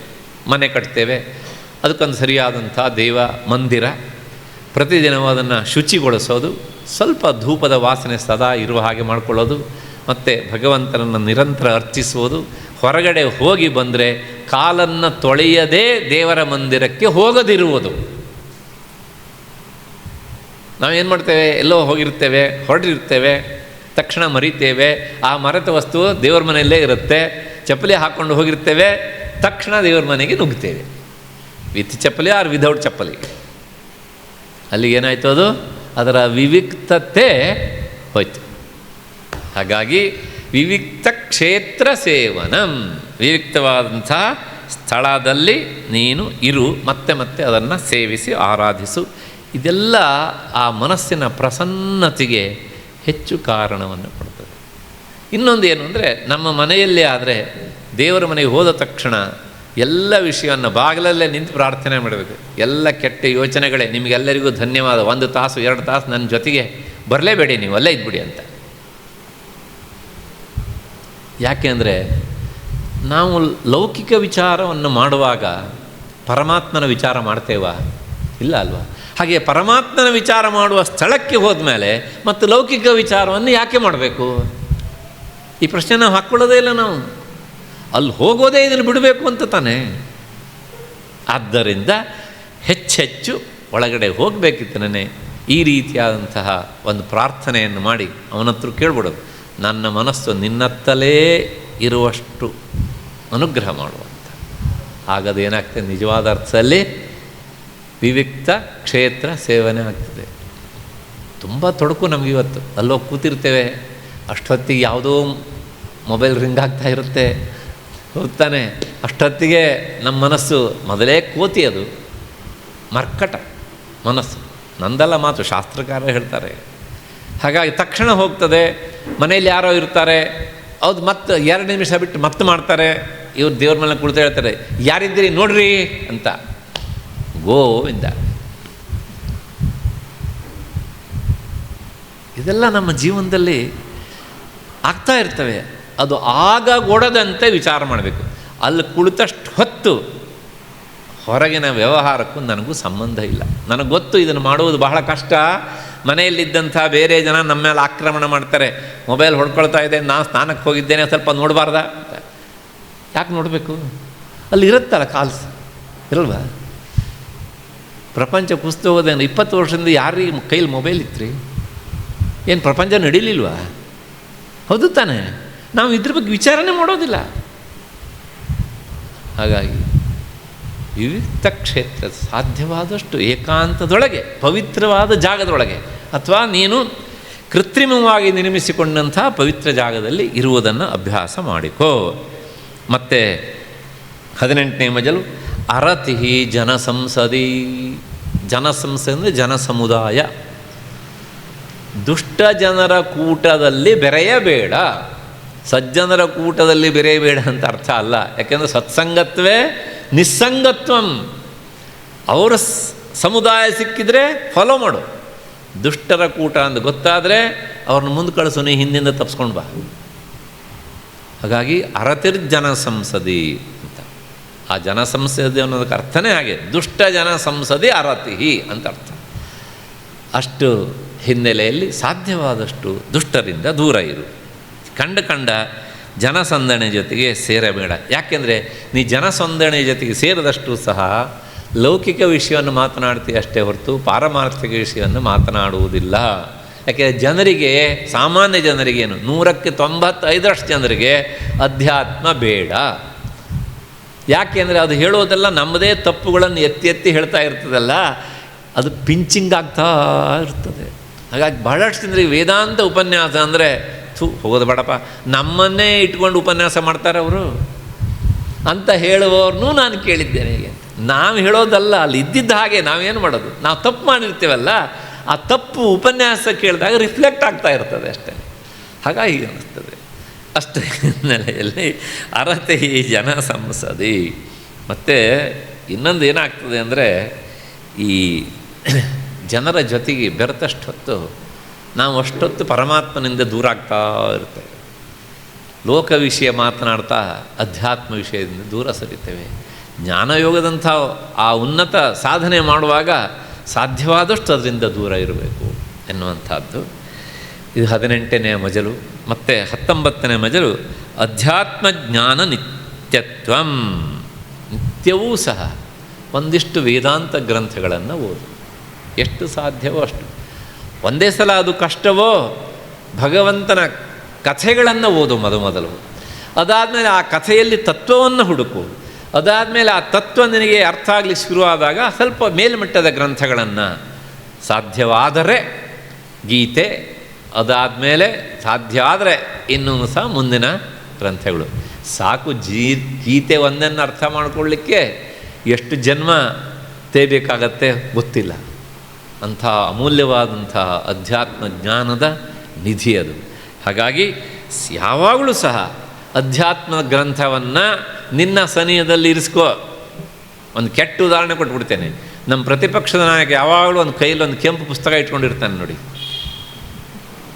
ತೋರಿಸ್ತಾ ಇರ್ತಾನೆ. ಅದರೊಳಗೆ ಏನಿದೆ, ಪೇಪರ್ ಇದೆಯೋ ಇಲ್ಲೋ ಗೊತ್ತಿಲ್ಲ, ಅದು ತೋರಿಸ್ತಿರ್ತಾನೆ. ಹಾಗೆ ನಾವು ಏನು ಮಾಡಬೇಕು ಅಂದರೆ, ನಮ್ಮ ಹತ್ರ ಒಂದು ಅಧ್ಯಾತ್ಮ ಗ್ರಂಥ ಸದಾ ಇಟ್ಕೊಂಡಿರ್ಬೇಕು. ಕಾರಲ್ಲಿ ಹೋಗ್ತಾ ಇರ್ತೇವೆ, ಟ್ರಾಫಿಕ್ ಜಾಮ್ ಆಗೋಯ್ತು, ಮುಂದೆ ಹೋಗ್ಲಿಕ್ಕೂ ಆಗೋಲ್ಲ, ಹಿಂದೆ ಬರಲಿಕ್ಕೂ ಆಗೋಲ್ಲ. ಆಗ ಏನು ಮಾಡೋದು, ನಾವು ಶಾಪ ಹಾಕ್ತೇವೆ. ನಮ್ಮ ಶಾಪ ತಾಗೋದಿಲ್ಲ, ನಾವು ಶಾಪ ಹಾಕೋದು ಬಿಡೋದಿಲ್ಲ, ದಟ್ ಈಸ್ ಸಪ್ರೇಟ್. ಹೋಗ್ತಾನೆ, ತೆಗಿ ಕೂತ್ಕೊಂಡು. ಏನಂತ ಅದಿಷ್ಟು ಹೊತ್ತು ಅದು ನಿನ್ನ ಅಕೌಂಟಿಗೆ ಕ್ರೆಡಿಟ್ ಆಯಿತು ಅಲ್ವಾ. ನನಗೆ ಒಬ್ಬರು ನ್ಯೂರಾಲಜಿಸ್ಟ್, ದೊಡ್ಡ ಡಾಕ್ಟ್ರು ಪರಿಚಿತರಿದ್ದರು. ಅವ್ರು ನನ್ನ ಹತ್ರ ಒಂದು ಮಾತು ಹೇಳಿದರು, ಇವತ್ತಿಗೂ ಸಹ ನನಗೆ ಅಚ್ಚರಿ ಆಗ್ತದೆ. ನಾನು ಕಾರ್ ಡ್ರೈವಿಂಗ್ ಮಾಡ್ತಾ ಇರ್ತೇನೆ. ಆ ಕಾರ್ ಡ್ರೈವ್ ಮಾಡೋದಕ್ಕೆ ನನ್ನ ಕೈ ಕೆಲಸ ಮಾಡುತ್ತೆ, ಕಾಲು ಕೆಲಸ ಮಾಡುತ್ತೆ, ನನ್ನ ಬಾಯಿ ಕೆಲಸ ಇರೋದಿಲ್ಲ. ನನ್ನ ಮೈಂಡಿಗೆ ಎರಡನ್ನೂ ಮೇಂಟೈನ್ ಮಾಡುವ ಶಕ್ತಿ ಉಂಟು. ಹಾಗಾಗಿ ಅಂತಹ ಸಂದರ್ಭದಲ್ಲಿ ನನಗೊಂದು ಒಳ್ಳೆ ಸರಿಯಾದ ಚಿಂತನೆ ನನ್ನ ಮನಸ್ಸಿಗೆ ಆಗಲಿಕ್ಕೆ ಏನಾದರೂ ಒಂದು ದಾರಿ ತೋರಿಸಿ ನನಗೆ. ನಾವು ಯಾವತ್ತಾರೂ ಇದನ್ನು ವಿಚಾರ ಮಾಡಿದ್ದೇವ? ನಮ್ಮ ದೇಶದಲ್ಲಿ 3ನೇ ಲೆವೆಲ್ ಡಾಕ್ಟ್ರು ಅವರು ಈ ಮಾತನ್ನು ಕೇಳಿದವರು. ಹಾಗಾಗಿ ಇಂಥ ವಿಚಾರ ನಾವು ಬರೋದಿಲ್ಲ. ನಾವು ಕಾರಲ್ಲಿ ಹೋಗ್ತಾ ಇರ್ತೀವಿ, ಅದರೊಳಗೂ ಬೆಳಗಿನ ಜಾಮ ಆದಂತೂ ಸಹ ರಸ್ತೆಯಲ್ಲಿ ಪ್ರಯಾಣ ಮಾಡ್ತಾ ದೃಷ್ಟಿ ಹೇಗೂ ಅಭ್ಯಾಸ ಇರುತ್ತೆ ಡ್ರೈವ್ ಮಾಡಿ. ಮನಸ್ಸಿಗೆ ಏನು ಕೆಲಸ, ಕಣ್ಣು ನೋಡುತ್ತೆ ಅಲ್ವಾ. ಒಂದಿಷ್ಟು ನಾಮಜಪ ಆಗ್ತಾ ಇರಲ್ರಿ, ಏನು ಕಳ್ಕೊಳ್ತೀವನು? ಸೂತಾರಾಮ್ ಕಳ್ಕೊಳ್ಳೋದಿಲ್ಲ, ಆದರೆ ಕ್ರೆಡಿಟ್ ಆಗುತ್ತೆ ನಮ್ಮ ಅಕೌಂಟಿಗೆ. ನಾಲಿಗೆ ಶುದ್ಧ, ಮನಸ್ಸು ಶುದ್ಧ ಅಲ್ವಾ. ಅಂದರೆ ಸಾಧನೆ ಮಾಡುವವನಿಗೆ ಎಲ್ಲ ಕಡೆಗೂ ಸಹ ಅವಕಾಶ ಸಿಗ್ತದೆ. ಅಷ್ಟು ಹಿನ್ನೆಲೆಯಲ್ಲಿ ಅರತಿ ಜನಸಂಸದಿ ಮತ್ತು ಅಧ್ಯಾತ್ಮ ಜ್ಞಾನ ನಿತ್ಯತ್ವಂ, ಆ ಅಧ್ಯಾತ್ಮದ ಜ್ಞಾನವನ್ನು ನಿರಂತರ ಪಡೆಯೋದಕ್ಕೆ ನಾವು ಹಪಹಪಿಸ್ತಾ ಇರಬೇಕು ಅಂತ. ಇಲ್ಲಿಗೆ 19 ಮೊದಲಾಯಿತು. ಕೊನೆಯದು ತತ್ವಜ್ಞಾನಾರ್ಥ ದರ್ಶನಂ, ತತ್ವಜ್ಞಾನದ ಫಲ ಅದನ್ನು ನೋಡುವಂಥ ತಾತ್ಪರ್ಯ. ಹಾಗಿದ್ರೆ ತತ್ವ ಅಂದರೆ ಏನು? ತತ್ವ ಅಂದರೆ ಮೂಲ ಕಾರಣ ಅಂತ. ನಮ್ಮಲ್ಲಿ ಹೇಳ್ತಾರಲ್ಲ, ತತ್ವಶಾಸ್ತ್ರದಲ್ಲಿ PhD ಮಾಡಿದ್ದಾರೆ ಅಂತ. ಕೇಳಿಬಿಡಬೇಕು ತತ್ವ ಅಂದರೆ ಏನು ಅಂದರೆ ಬಹಳ ಕಷ್ಟ, ಏಕೆಂದರೆ ಅವರು ಈ ತತ್ವ ನೋಡೇ ಇರೋದಿಲ್ವಲ್ಲ. ಹಾಗಾಗಿ ತತ್ವ ಅನ್ನೋದಕ್ಕೆ ಅರ್ಥ ಮೂಲ ಕಾರಣ ಅಂತ. ಒಂದೊಂದಕ್ಕೂ ಮೂಲ ಕಾರಣ ಇರುತ್ತೆ. ನೋಡಿ, ಇಲ್ಲೊಂದು ಮಡಿಕೆ ಉಂಟು. ಆ ಮಡಿಕೆಗೆ ತತ್ವ ಯಾವುದು? ಮಣ್ಣು ಅಲ್ವಾ? ಹಾಗೆ ಹಿಂದಕ್ಕೆ ಹೋಗಿ ಮಣ್ಣಿಗೆ ಮೂಲ ಯಾವುದು? ನೀರು. ಶ್ರುತಿ ಹೇಳುತ್ತೆ, ಆತ್ಮನ ಆಕಾಶ ಸಂಭೂತಃ ಆಕಾಶಾದ್ ವಾಯು ವಾಯೋರಗ್ನಿ ಅಗ್ನೇರಾಪಃ ಅದ್ಭ್ಯಃ ಪೃಥಿವಿ. ಮಣ್ಣಿಗೆ ಕಾರಣ ನೀರು. ಹಾಗೆ ಅದಕ್ಕೆ ಹಿಂದೆ ಮೂಲವನ್ನು ಅರಸ್ಕೊಂಡು ಹೋಗು. ಆ ಎಲ್ಲಕ್ಕಿಂತ ಹಿಂದಿರುವಂಥ ಮೂಲವೇ ತತ್ವ ಅಂತ. ಬಟ್ಟೆ ಇದೆ, ಬಟ್ಟೆಯ ತತ್ವ ಯಾವುದು? ನೂಲು. ನೂಲಿನ ತತ್ವ ಯಾವುದು? ಹತ್ತಿಯ ತತ್ವ ಯಾವುದು? ಹತ್ತಿಯ ಕಾಯಿ. ಹತ್ತಿಯ ಕಾಯಿಗೆ ತತ್ವ ಯಾವುದು? ಹತ್ತಿಯ ಗಿಡಕ್ಕೆ ತತ್ವ ಯಾವುದು? ಮಣ್ಣು. ಮತ್ತು ಪುನಃ ಮಣ್ಣಿಗೆ ತತ್ವ ಯಾವುದು? ಬಂತಲ್ಲ ನೀರು. ಹಾಗೆ ಹಿಂದೋಗು, ನೀರಿಗೆ ತತ್ವ ಯಾವುದು? ಮತ್ತು ಪುನಃ ಅಗ್ನಿ, ಹೌದಾನೆ? ಮತ್ತು ಪುನಃ ವಾಯು. ಆಕಾಶಕ್ಕೆ ತತ್ವ ಯಾವುದು? ಪರಬ್ರಹ್ಮ, ಅದೇ ಪರಮಾತ್ಮ. ಇದಕ್ಕೆ ತತ್ವ. ಹೀಗೆ ಹೋಗಬೇಕು. ಆ ಮೂಲ ಕಾರಣಕ್ಕೆ ಹೆಸರು ತತ್ವ. ಆದ್ದರಿಂದ ತತ್ವಜ್ಞಾನ, ಇಂತಹ ತತ್ವದಿಂದ ನಾವು ಏನು ಪಡಿತೇವಲ್ಲ, ಈ ಶೋಧನೆ ಮಾಡ್ತೇವಲ್ಲ, ಅದು ಜ್ಞಾನ. ಅದರ ದರ್ಶನ ಅಂದರೆ ಅದನ್ನು ಕಾಣುವಂತೆ ಆಗುವುದು. ಅಂದರೆ ಅಧ್ಯಾತ್ಮ ಜ್ಞಾನವನ್ನು ಪಡೆದು ಪರಮಾತ್ಮನಲ್ಲಿ ನೆಲೆ ನಿಲ್ಲುವುದು, ಒಂದಾಗುವುದು ಎನ್ನುವಂಥದ್ದು. ಇದು 20ನೆಯ ಮಜಲು, 20ನೆಯ ಸೋಪಾನ ಹೀಗೆ ಅಂತ. ಇಷ್ಟನ್ನು ಹೇಳಿ ಭಗವಂತ ನಮಗೆ ಆ ಜ್ಞಾನಯೋಗದ ವಿಷಯವನ್ನು ತಿಳಿಸಿಕೊಟ್ಟಿದ್ದನ್ನು ಗೀತೆಯಲ್ಲಿ ನಾವು ನೋಡ್ತೇವೆ. ವಾಸ್ತವಿಕವಾಗಿ ನಿನ್ನೆನೇ ಇದನ್ನು ಮುಗಿಸ್ಬೇಕಿತ್ತು, ಆದರೆ ಮುಗಿಸ್ಲಿಕ್ಕಾಗೋದಿಲ್ಲ. ಒಂದೊಂದು ಮಜಲನ್ನು ಅರ್ಥ ಮಾಡಲಿಕ್ಕೆ ಅಂತ ಸ್ವಲ್ಪ ಉದಾಹರಣೆ ಕೊಡೋಷ್ಟೊತ್ತಿಗೆ ಗಡಿಯಾರ ನಿನ್ನ ಸಮಯ ಆಗಿದೆ ಅಂತ ಹೇಳ್ತಾ ಇರುತ್ತೆ. ಹಾಗಾಗಿ ಮುಂದೆ ನಾವು ನೋಡಬೇಕಾದದ್ದು ಕರ್ಮಯೋಗದ ವಿಚಾರ. ಎಷ್ಟು ಸಾಧ್ಯವೋ ಅಷ್ಟು ಹೀಗೆ ಅಂತ. ಅದರೊಳಗೂ ಸಾಕಷ್ಟು ಸಂಶಯಗಳು ಬರ್ತವೆ.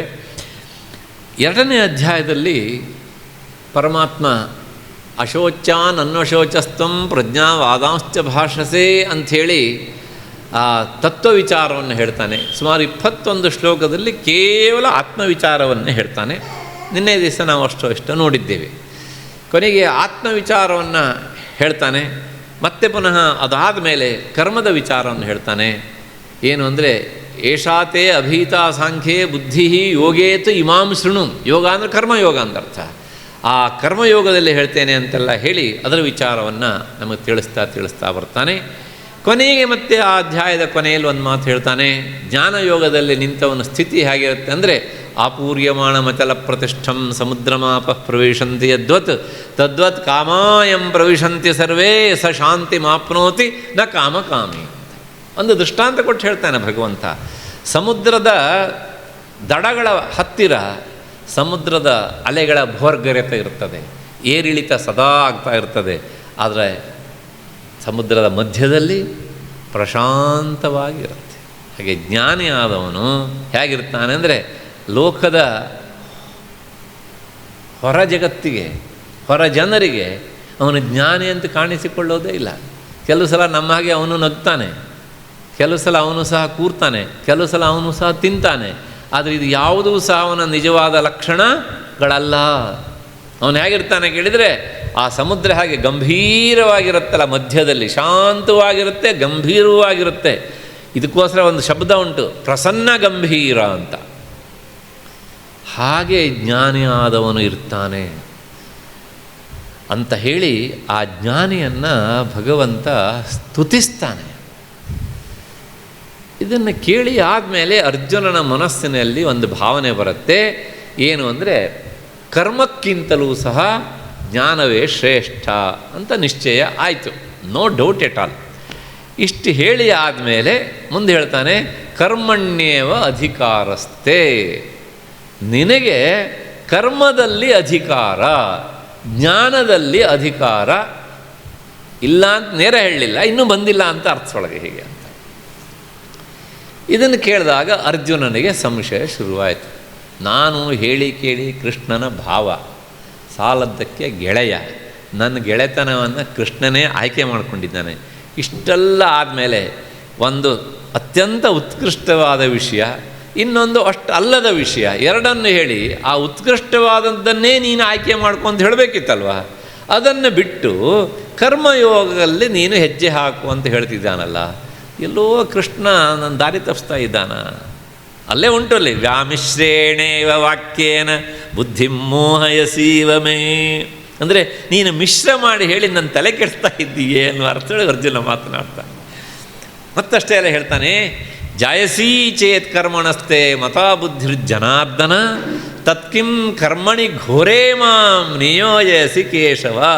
3ನೇ ಅಧ್ಯಾಯದ 1ನೇ ಶ್ಲೋಕ, ಹಿಂದಿನ ಮಾತು ಅರ್ಜುನ ವಾಚ. ಕರೆಕ್ಟ್? ಎಸ್, ಯಾಕೆಂದರೆ ಗೀತಾ ಹೇಳ್ಕೊಡೋರು ಇದ್ದಾರಲ್ಲ, ಅದಕ್ಕೋಸ್ಕರ ಈ ಮಾತನ್ನು ಹೇಳ್ತಿದ್ದಾನೆ. ಏನು ಕೃಷ್ಣ ಕರ್ಮಕ್ಕಿಂತಲೂ ಜ್ಞಾನವೇ ಶ್ರೇಷ್ಠ ಅಂತಾದರೆ ಅಲ್ಲಿ ಬುದ್ಧಿ ಅನ್ನೋದಕ್ಕೆ ಈ ಬುದ್ಧಿ ಅಲ್ಲ, ಜ್ಞಾನ ಅಂತ ಅರ್ಥ. ಜಾಯಸೀ ಚೇತ್ ಕರ್ಮಣಸ್ತೆ ಮತಾ ಬುದ್ಧಿ, ನಿನಗದು ಒಪ್ಪಿತವಾಗಿದ್ದ ಪಕ್ಷದಲ್ಲಿ ತತ್ಕಿಂ ಕರ್ಮಣಿ ಘೋರೇ ಮಾಂ ನಿಯೋಜಯಸಿ, ಮತ್ತೆ ನನ್ನನ್ನು ನೀನು ಕರ್ಮ ಮಾಡು ಯುದ್ಧಸ್ವ ಅಂತ ಯಾಕೆ ಹೇಳ್ತಿದ್ದೀಯ ಕೃಷ್ಣ? ಮತ್ತು ಕರ್ಮಕ್ಕೆ ಯಾಕೆ ನನ್ನನ್ನು ನೂಗ್ತಾ ಇದ್ದೀಯೇ ಅಂತ ಅರ್ಜುನ ಕೇಳಿದ. ಅರ್ಜುನ ಕೇಳಿದ ಸರಿ ತಾನೇ, ಕೇಳಿದ್ದು ಸರಿನೇ, ಆದರೆ ಕೃಷ್ಣನ ಉತ್ತರ ಇದಕ್ಕಿಂತ ಹೆಚ್ಚು ಸರಿ. ಯಾಕೆ ಹೇಳ್ತಾನೆ ಕೃಷ್ಣ ಅಂದರೆ, ಅವನು ಕೃಷ್ಣ ಹೇಳಿ ಕೇಳಿ ನಿನ್ನೆ ದಿವಸ ಹೇಳಿದ್ದೇನಲ್ಲ, ಕೃಷ್ಣನಿಗೆ ಕೃಷ್ಣನೇ ಸಾಟಿ, ಅಷ್ಟೇ ಮುಗಿದೋಯ್ತು. ಒಂದೇ ಮಾತಲ್ಲಿ ಹೇಳಬೇಕು ಅಂದರೆ ನೋಡಿ, ಒಂದು ಮಾತು ಹೇಳ್ತಾನೆ ಅವನಲ್ಲಿ, ಸಾಂಖ್ಯಯೋಗವು ಪೃಥಕ್ ಬಾಲ ಪ್ರವದಂತಿನ ಪಂಡಿತಾ ಏಕಮಪ್ಯಾಸ್ಥಿತ ಸಮ್ಯಕ್ ಉಭಯೋರ್ವಿಂದತೆ ಫಲಂ. ಹೀಗೆ ಅಂತ ನಾನು ಹೇಳಿದ್ದನ್ನು ಸರಿಯಾಗಿ ಅರ್ಥ ಮಾಡ್ಕೋ. ನಾನು ಅದು ಬೇರೆ ಇದು ಬೇರೆ ಅಂತ ಹೇಳಲಿಲ್ಲ. ಇಲ್ಲಿ 2 ಹಂತ ಉಂಟು, ಲೆವೆಲ್. ಈ ಲೆವೆಲ್ಲಿರುವವನಿಗೆ ಒಂದು, ಈ ಲೆವೆಲಲ್ಲಿ ಇರುವವನಿಗೆ ಇನ್ನೊಂದು, ಹೀಗೆ ಅಂತ. ಶ್ರೇಷ್ಠ ಹೌದು, ಆ ಶ್ರೇಷ್ಠತೆ ಹೋಗಲಿಕ್ಕೆ ನಿನಗೆ ಇನ್ನೊಂದು ಸಣ್ಣ ತೊಡಕುಂಟು. ಯಾವ ತೊಡಕು ಅಂದರೆ, ಮೊದಲಿಂದ ಇತ್ತಲ್ಲ ಶೋಕ ಮತ್ತು ಮೋಹ, ಅದನ್ನು ನೀನು ಇನ್ನೂ ಮೀರಿ ನಿಲ್ಲಲಿಲ್ಲ. ಆದ್ದರಿಂದ ನಿನಗೆ ಜ್ಞಾನಯೋಗಕ್ಕಿಂತ ಮೊದಲು ಸ್ವಲ್ಪ ಇನ್ನು ಬುದ್ಧಿ ಸ್ವಚ್ಛ ಆಗಬೇಕು. ಇದು ಹೇಗೆ ಅಂದರೆ, ಒಂದು ಲೌಕಿಕ ದೃಷ್ಟಾಂತ ಕೊಡ್ತೇನೆ. ಒಂದು ಹೊಲ ಇದೆ, ಆ ಹೊಲದಲ್ಲಿ ಬೀಜ ಬಿತ್ತಬೇಕು. ಅಲ್ಲಿ ಕಲ್ಲು ಮುಳ್ಳು ಎಲ್ಲ ಕಸ ಮಸಿ ಎಲ್ಲ ಸೇರಿಕೊಂಡಿದೆ. ಇಂಥ ಸ್ಥಿತಿಯಲ್ಲಿ ನೀವು ಅಲ್ಲಿ ಬೀಜವನ್ನು ಬಿತ್ತಿದರೆ ಅದು ಬೆಳೀತದೆಯಾ? ಇಲ್ಲ ಅಲ್ವಾ? ಇದೇನು ಮಾಡಬೇಕು? ಅದನ್ನು ನೇಗಿಲು ತಗೊಂಡು ಚೆನ್ನಾಗಿ ಉಳ್ಬೇಕು, ಅಥವಾ ಗುದ್ದಲಿಯಿಂದ ಅದನ್ನು ಅಷ್ಟನ್ನು ಸಹ ಕೊಚ್ಚಬೇಕು, ಕಲ್ಲು ಮುಳ್ಳುಗಳನ್ನೆಲ್ಲ ಆಚೆ ಬಿಸಾಡಬೇಕು, ಭೂಮಿಯನ್ನು ಹಸನ ಮಾಡಬೇಕು. ಹಸನ ಮಾಡಿ ಆದಮೇಲೆ ಅಲ್ಲಿ ಬೀಜವನ್ನು ಬಿತ್ತಿದರೆ ಬಿತ್ತಿದ ಬೀಜ ಅದು ಫಲ ಕೊಡ್ತದೆ. ಹಾಗೆಯೇ ನಮ್ಮ ಮನಸ್ಸು ಎನ್ನುವಂತಹ ಈ ಹೊಲವನ್ನು, ಈಗಾಗಲೇ ಸೇರಿಕೊಂಡಂಥ ಕೆಟ್ಟ ಸಂಸ್ಕಾರಗಳನ್ನು ನಿತ್ಯ ಕರ್ಮವನ್ನು ಮಾಡುವುದರ ಮೂಲಕ ಅದನ್ನು ಕಿತ್ತಾಕಬೇಕು. ಕಿತ್ತಾಕಿ ಆದ ಮೇಲೆ ಮನಸ್ಸು ಶುದ್ಧ ಆಗ್ತಾ ಇದೆ ಅಂತ ಅನುಭವ ನಮಗೆ ಅಷ್ಟೋ ಬರೋದಕ್ಕೆ ಶುರುವಾಗುತ್ತೆ, ಪ್ರಾಮಾಣಿಕವಾಗಿ ಸಾಧನೆ ಮಾಡಿದರೆ. ಕೊನೆಗೆ ಅಲ್ಲಿ ಜ್ಞಾನಯೋಗದ ಬೀಜಗಳನ್ನು ಬಿತ್ತಿದರೆ ಪರಮಾತ್ಮಾನುಭವ ಎನ್ನುವಂಥ ಬೆಳೆ ಹೊಲಸಾಗಿ ಬರುತ್ತೆ. ಎಷ್ಟು ಸುಂದರವಾಗಿ ಹೇಳ್ತಾನೆ, ಒಂದೇ ಒಂದು ಶಬ್ದದಲ್ಲಿ ಇಷ್ಟೆಲ್ಲ ವಿಚಾರ ಅಂತ. ಹಾಗಾಗಿ ನೀನು ನಿನ್ನ ಮನಸ್ಸು ಎನ್ನುವಂಥ ಹೊಲವನ್ನು ಇನ್ನೂ ಸ್ವಚ್ಛ ಮಾಡಬೇಕಪ್ಪ. ಅಲ್ಲಿ 2 ದೊಡ್ಡ ಏನಿದೆ, ಒಂದು ಕಲ್ಲು ಒಂದು ಮುಳ್ಳು, ಒಂದು ಶೋಕ ಒಂದು ಮೋಹ. ಇದನ್ನು ಕಿತ್ತಾಕಬೇಕು, ಇನ್ನೂ ಪೂರ್ತಿ ಹೋಗಿಲ್ಲ ನನಗೆ. ಯುದ್ಧ ಮಾಡಲಿಕ್ಕೆ ಬಂದಿದೆಯಲ್ಲ ಅಂದರೆ ನಾನು ಹೇಳಿದ್ದೇನೆ, ನೀನು ಬಂದಿದ್ದೀಯ, ಅದು ಕೇಳ್ಕೊಂಡು ನೀನು ನಿನ್ನ ಮಾತನ್ನು ಕೇಳ್ತೇನೆ ಅಂತ ಹೇಳಿ ಬಂದಿದ್ದೆ. ಬಾಯಲ್ಲಿ ಹೇಳಿದ್ದೀಯ, ಆದರೆ ನಿನ್ನ ಮನಸ್ಸು ಇನ್ನೂ ಸಹ ಎಲ್ಲೋ ಒಂದಿಷ್ಟು ಶುದ್ಧ ಆಗಬೇಕಾದದ್ದು ಉಂಟು. ಹಾಗಾಗಿ ನೀನು ಏನು ಮಾಡು, ಕರ್ಮ ಮಾರ್ಗದಲ್ಲಿ ಹೆಜ್ಜೆ ಹಾಕು ಅಂತ. ಕರ್ಮ ಮಾರ್ಗದಲ್ಲಿ ಹೆಜ್ಜೆ ಹಾಕು ಅಂತಂದರೆ, ಕರ್ಮ ಮಾರ್ಗದಲ್ಲಿ 3 ತರಹದ ಕರ್ಮಗಳು ಕಾಣ್ತವೆ ನಮಗೆ. ಒಂದು ನಿತ್ಯ ಕರ್ಮ, ಇನ್ನೊಂದು ನೈಮಿತ್ತಿಕ ಕರ್ಮ, ಇನ್ನೊಂದು ಕಾಮ್ಯ ಕರ್ಮ ಅಂತ. ನಿತ್ಯ ಕರ್ಮ ಅಂದರೆ ಏನು ಅಂದರೆ, ಪ್ರತಿದಿನವೂ ತಪ್ಪದೇ ಮಾಡುವಂಥದ್ದು ಒಂದು ಪಾಯಿಂಟ್ ಇದು. ಎರಡನೇದು ಸಂಕಲ್ಪರಹಿತವಾಗಿ ಮಾಡುವಂಥದ್ದು. ಸಂಕಲ್ಪ ಅಂದರೆ ಕಾಮನೆಯ ಪಟ್ಟಿಯನ್ನು ಹಚ್ಚುವುದು. ನಿಸ್ಸಂಕಲ್ಪ ಅಸಂಕಲ್ಪ ಅಂದರೆ ಕಾಮನೆಯ ಪಟ್ಟಿ ಇಲ್ಲದೆ ಮಾಡುವುದು, ಏನನ್ನೂ ಕೇಳದೆ ಮಾಡುವುದು.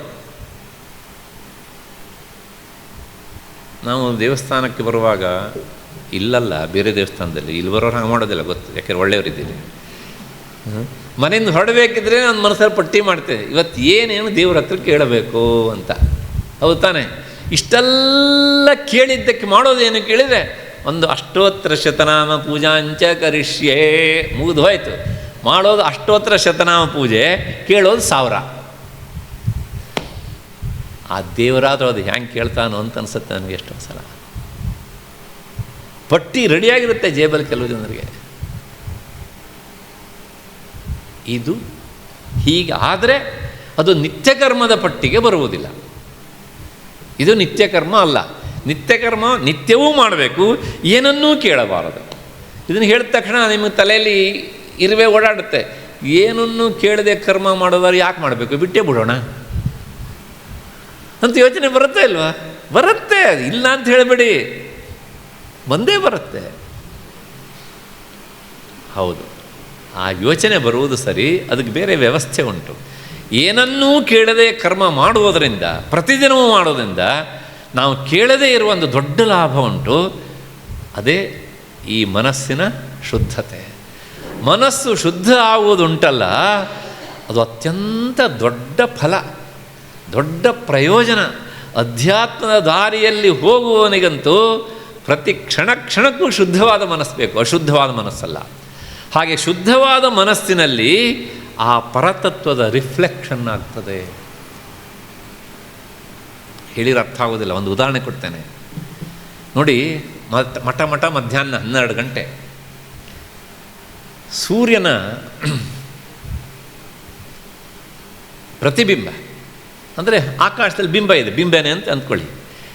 ಇಲ್ಲೊಂದು ಕನ್ನಡಿ ಇಡ್ತೇವೆ, ಆ ಕನ್ನಡಿ ಮೂಲಕ ಅದನ್ನು ನಾವು ಏನು ಮಾಡ್ತೇವೆ, ಒಂದು ಸ್ವಚ್ಛವಾದಂಥ ಗೋಡೆಯ ಮೇಲೆ ಬಿಟ್ಟರೆ ಆ ಕನ್ನಡಿಯಿಂದ ರಿಫ್ಲೆಕ್ಟ್ ಆಗುವಂಥ ಸೂರ್ಯನ ಬೆಳಕು ಸಹ ಅಷ್ಟೇ ಪ್ರಭಾವಯುತವಾಗಿರುತ್ತದೆ.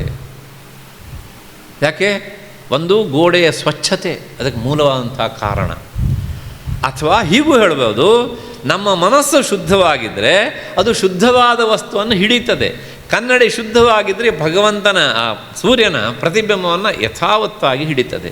ಅದೇ ಕನ್ನಡಿಯ ಮೇಲೆ ಕೊಳೆ ಕುಳಿತರೆ ಅದು ಪ್ರತಿಬಿಂಬವನ್ನು ತೋರಿಸುವುದಿಲ್ಲ. ಹಾಗೆ ಶುದ್ಧವಾದ ಮನಸ್ಸು ಅದು ಪರಮಾತ್ಮನನ್ನು ನಾವು ಅನುಭವಿಸೋದಕ್ಕೆ ಸಹಕರಿಸ್ತದೆ. ಆದ್ದರಿಂದ ಮನಸ್ಸು ಶುದ್ಧವಾಗಬೇಕು. ಹಾಗಾಗಿ ನಿತ್ಯ ಕರ್ಮವನ್ನು ಸಂಕಲ್ಪರಹಿತವಾಗಿ ಮಾಡೋದು ಅಂತ ಹೇಳಿದ್ನಲ್ಲ, ಅದರಿಂದ ಆಗುವ ಮಹಾಲಾಭ ಇದು. ನಾವು ಮಾಡುವ ಎಲ್ಲ ಕರ್ಮ, ಯಜ್ಞ, ಪೂಜೆ, ಪುನಸ್ಕಾರ ಎಲ್ಲವೂ ಸಹ ಏನಪ್ಪ, ಯಾತಕ್ಕೋಸ್ಕರ ಕೇಳಿದರೆ ಭಗವಂತನ ಪ್ರೀತಿಗಾಗಿ ಅಲ್ವ. ಹೀಗೆ ನಿತ್ಯ ಕರ್ಮವನ್ನು ಇಷ್ಟು ನಾವು ಸಂಕಲ್ಪರಹಿತವಾಗಿ ಮಾಡ್ತೇವೆ ಅಂತಾದರೆ, ನಮ್ಮ ಮನಸ್ಸಿನಲ್ಲಿ ಅವನ ಪ್ರತಿಫಲನ ಆಗುತ್ತೆ ಅಂತಾದರೆ, ಅದಕ್ಕಿಂತ ದೊಡ್ಡ ಲಾಭ ಇನ್ನೇನ್ರಿ ಉಂಟು? ಹೋಗ್ತಾನೆ. ಹಾಗಾಗಿ ಸಂಕಲ್ಪರಹಿತವಾಗಿ ಮಾಡುವುದು ಚಿತ್ತ ಶುದ್ಧಿಗೋಸ್ಕರ ನಿತ್ಯ ಕರ್ಮವನ್ನು ಒಂದು. ಎರಡನೇದು ನೈಮಿತ್ತಿಕ ಕರ್ಮ ಅಂತ. ನೈಮಿತ್ತಿಕ ಕರ್ಮ ಅಂದರೆ ಯಾವುದೋ ಒಂದರ ನಿಮಿತ್ತವಾಗಿ ಮಾಡ್ತೇವೆ. ಉದಾಹರಣೆಗೆ ಜನ್ಮಾಷ್ಟಮಿ ಬಂತು, ಜನ್ಮಾಷ್ಟಮಿ ನಿಮಿತ್ತವಾಗಿ ಕೃಷ್ಣನನ್ನು ಅವತ್ತು ವಿಶೇಷವಾಗಿ ಪೂಜೆ ಮಾಡ್ತೇವೆ, ಆ ನಿಮಿತ್ತವಾಗಿ ಮಾಡುವಂಥದ್ದು ಎರಡನೇದು. ಗಣೇಶ ಚತುರ್ಥಿ ಬಂತು, ಅವತ್ತು ಮಣ್ಣಿನ ವಿಗ್ರಹ ತಂದು ಪೂಜೆ ಮಾಡ್ತೇವೆ, ಆ ನಿಮಿತ್ತವಾಗಿ ಮಾಡುವುದು ನೈಮಿತ್ತಿಕ ಪೂಜೆ. ನವರಾತ್ರಿ ಬಂತು, ಜಗನ್ಮಾತೆಯನ್ನು ಪೂಜೆ ಮಾಡ್ತೇವೆ, ಆ ನಿಮಿತ್ತವಾಗಿ ಮಾಡುವುದು ದೀಪಾವಳಿ ಬಂತು, ಮತ್ತು ಆ ಬಲಿ ನಿಗ್ರಹವನ್ನು ಮಾಡಿದಂಥ ವಾಮನ ಮೂರ್ತಿಯನ್ನು ಪೂಜೆ ಮಾಡ್ತೇವೆ. ಇದೆಲ್ಲ ಆ ನಿಮಿತ್ತದಿಂದ ಮಾಡುವ ಪೂಜೆ. ಇಲ್ಲೂ ಸಹ ಸಂಕಲ್ಪ ಇರಬಾರದು.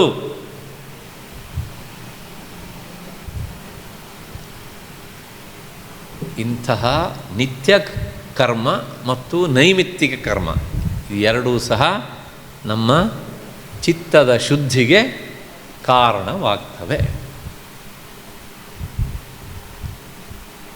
ಇಷ್ಟಾದ ಮೇಲೆ ಮುಂದಿನದು ಮೂರನೆಯದು ಯಾವುದು? ಕಾಮ್ಯಕರ್ಮ. ಕಾಮ್ಯಕರ್ಮ ಅಂದರೆ ಕಾಮನೆಯನ್ನು ಈಡೇರಿಸಿಕೊಳ್ಳೋದಕ್ಕೆ ಅಂತಲೇ ಮಾಡೋದು. ಯಾವ್ಯಾವುದು? ಯಜ್ಞ, ಯಾಗ, ಅದಾದಮೇಲೆ ಸಾಮಾಜಿಕವಾದಂಥದ್ದು. ಅದನ್ನು ಉದಾಹರಣೆಗೆ ರಸ್ತೆಯ ಇಕ್ಕೆಲಗಳಲ್ಲಿ ಗಿಡಗಳನ್ನು ನೆಡೆಸುವುದು, ಆಸ್ಪತ್ರೆಗಳನ್ನು ಕಟ್ಟಿಸುವುದು, ಮತ್ತು ಅಲ್ಲಲ್ಲಿ ತಂಗುದಾಣಗಳನ್ನು ನಿರ್ಮಿಸುವುದು, ಉದ್ಯಾನಗಳನ್ನು ಮಾಡುವುದು, ಇವೆಲ್ಲವೂ ಸಹ ಕಾಮನೆಗೋಸ್ಕರನೇ. ಯಾಕೆ? ಇದನ್ನೆಲ್ಲ ಮಾಡಿ ಆದಮೇಲೆ ನೋಡಿ ಅಲ್ಲಿ ಆ ಎಮ್ಮೆಲೆ ಹೆಸರು ಹಾಕ್ಕೊಳ್ತಾನೆ ಅವನು ಅಲ್ವಾ? ಮತ್ತು ಯಜ್ಞ ಯಾಗ ಮಾಡಬೇಕಿದ್ರೆ ಸಾಧ್ಯ ಆದರೆ ಈ ಜನ್ಮದಲ್ಲೇ ನನಗೆ ಸ್ವರ್ಗ ಸಿಗಲಿ, ಅದಿಲ್ಲ ಮುಂದಿನ ಜನ್ಮದಲ್ಲಾರು ಸಿಗಲಿ ಅಂತೆಲ್ಲ ಪ್ರಾರ್ಥನೆ ಮಾಡ್ತಾರೆ. ಹೇಗೆ ಅಂತ, ಅಸ್ಮಿನ್ ಜನ್ಮನಿವಾ ಜನ್ಮಾಂತರವಾ ಸ್ವರ್ಗ ಪ್ರಾಪ್ತ್ಯರ್ಥಂ ಇಮಂ ಯಾಗಂ ಕರಿಷ್ಯೆ, ಹೀಗೆಲ್ಲ ಹೇಳಿ ಸಂಕಲ್ಪ ಮಾಡ್ತಾರಲ್ಲ. ಹೀಗೆ ಸಂಕಲ್ಪವನ್ನು ಮಾಡಿ ಕರ್ಮ ಮಾಡಿದಾಗ ಅದು ಫಲ ಕೊಟ್ಟೇ ಕೊಡ್ತದೆ. ಹಾಗೆ ಅದು ಫಲ ಕೊಡುತ್ತೆ ಅಂತಾದರೆ ಫಲ ಕೊಡುವುದನ್ನು ಅನುಭವಿಸೋದಕ್ಕೆ ಮತ್ತೆ ನಾವು ಹುಟ್ಟಬೇಕು ಅಂದರೆ ಮತ್ತೆ ಪುನಃ 9 ತಿಂಗಳ 9 ದಿವಸ ಪುನರಪಿ ಜನನಂ ಪುನರಪಿ ಮರಣಂ ಪುನರಪಿ ಜನನಿ ಜಠರೇ ಶಯನಂ ಇಹ ಸಂಸಾರೇ ಬಹುದುಸ್ತಾರೆ ಕೃಪಯಾ ಪಾರೇ ಪಾಹಿ ಮುರಾರೆ. ಹುಟ್ಟುತ ಮತ್ತೆ ಸಾಯುತ ಮತ್ತೆ ಜನನಿಯ ಜಠರದಿ ಬೇಯುತ ಮತ್ತೆ. ಇದು ಬೇಕಾ? ಇದು ಮಾಡ್ತೀರಾ ಕಾಮ್ಯಕರ್ಮನ? ಹಾಗಾಗಿ ಸಂಕಲ್ಪ ಹಚ್ಚಿ ಮಾಡಿದರೆ ಈ ಅನರ್ಥವನ್ನು ನಾವು ಏನು ಮಾಡ್ತೇವೆ? ಸ್ವಾಗತಿಸುತ್ತೇವೆ. ಸಂಕಲ್ಪರಹಿತವಾಗಿ ಮಾಡಿದರೆ ನಮ್ಮ ಮನಸ್ಸು ಶುದ್ಧವಾಗ್ತದೆ ಅಂತ. ಆದ್ದರಿಂದ ಈ ನಿತ್ಯ ಕರ್ಮವನ್ನು ಸಂಕಲ್ಪರಹಿತವಾಗಿ ಮಾಡಬೇಕು. ಇದನ್ನೆಲ್ಲ ಕೇಳಿದಾಗ ನಮ್ಮನ್ನು ಇಷ್ಟ ಆಗೋಲ್ಲ. ಯಾಕೆಂದರೆ ನಮಗೆ ಈ ಕರ್ಮದಲ್ಲಿ ಹೀಗೆ ವಿಭಾಗ ಉಂಟು ಅಂತಲೇ ಗೊತ್ತಿಲ್ಲ. 3 ಉಂಟು ಅಂತ. 3 ಅಷ್ಟೇ ಅಲ್ಲ, ಇನ್ನೊಂದುಂಟು. ಈ ಕಾಮ್ಯಕರ್ಮದಲ್ಲಿ ಅದರ ಗುಂಪಿಗೆ ಸೇರುವಂಥದ್ದು ಒಂದು ನಿಷಿದ್ಧ ಕರ್ಮ ಅಂತ. ಈ 3 ಮಾಡುವಂಥದ್ದು.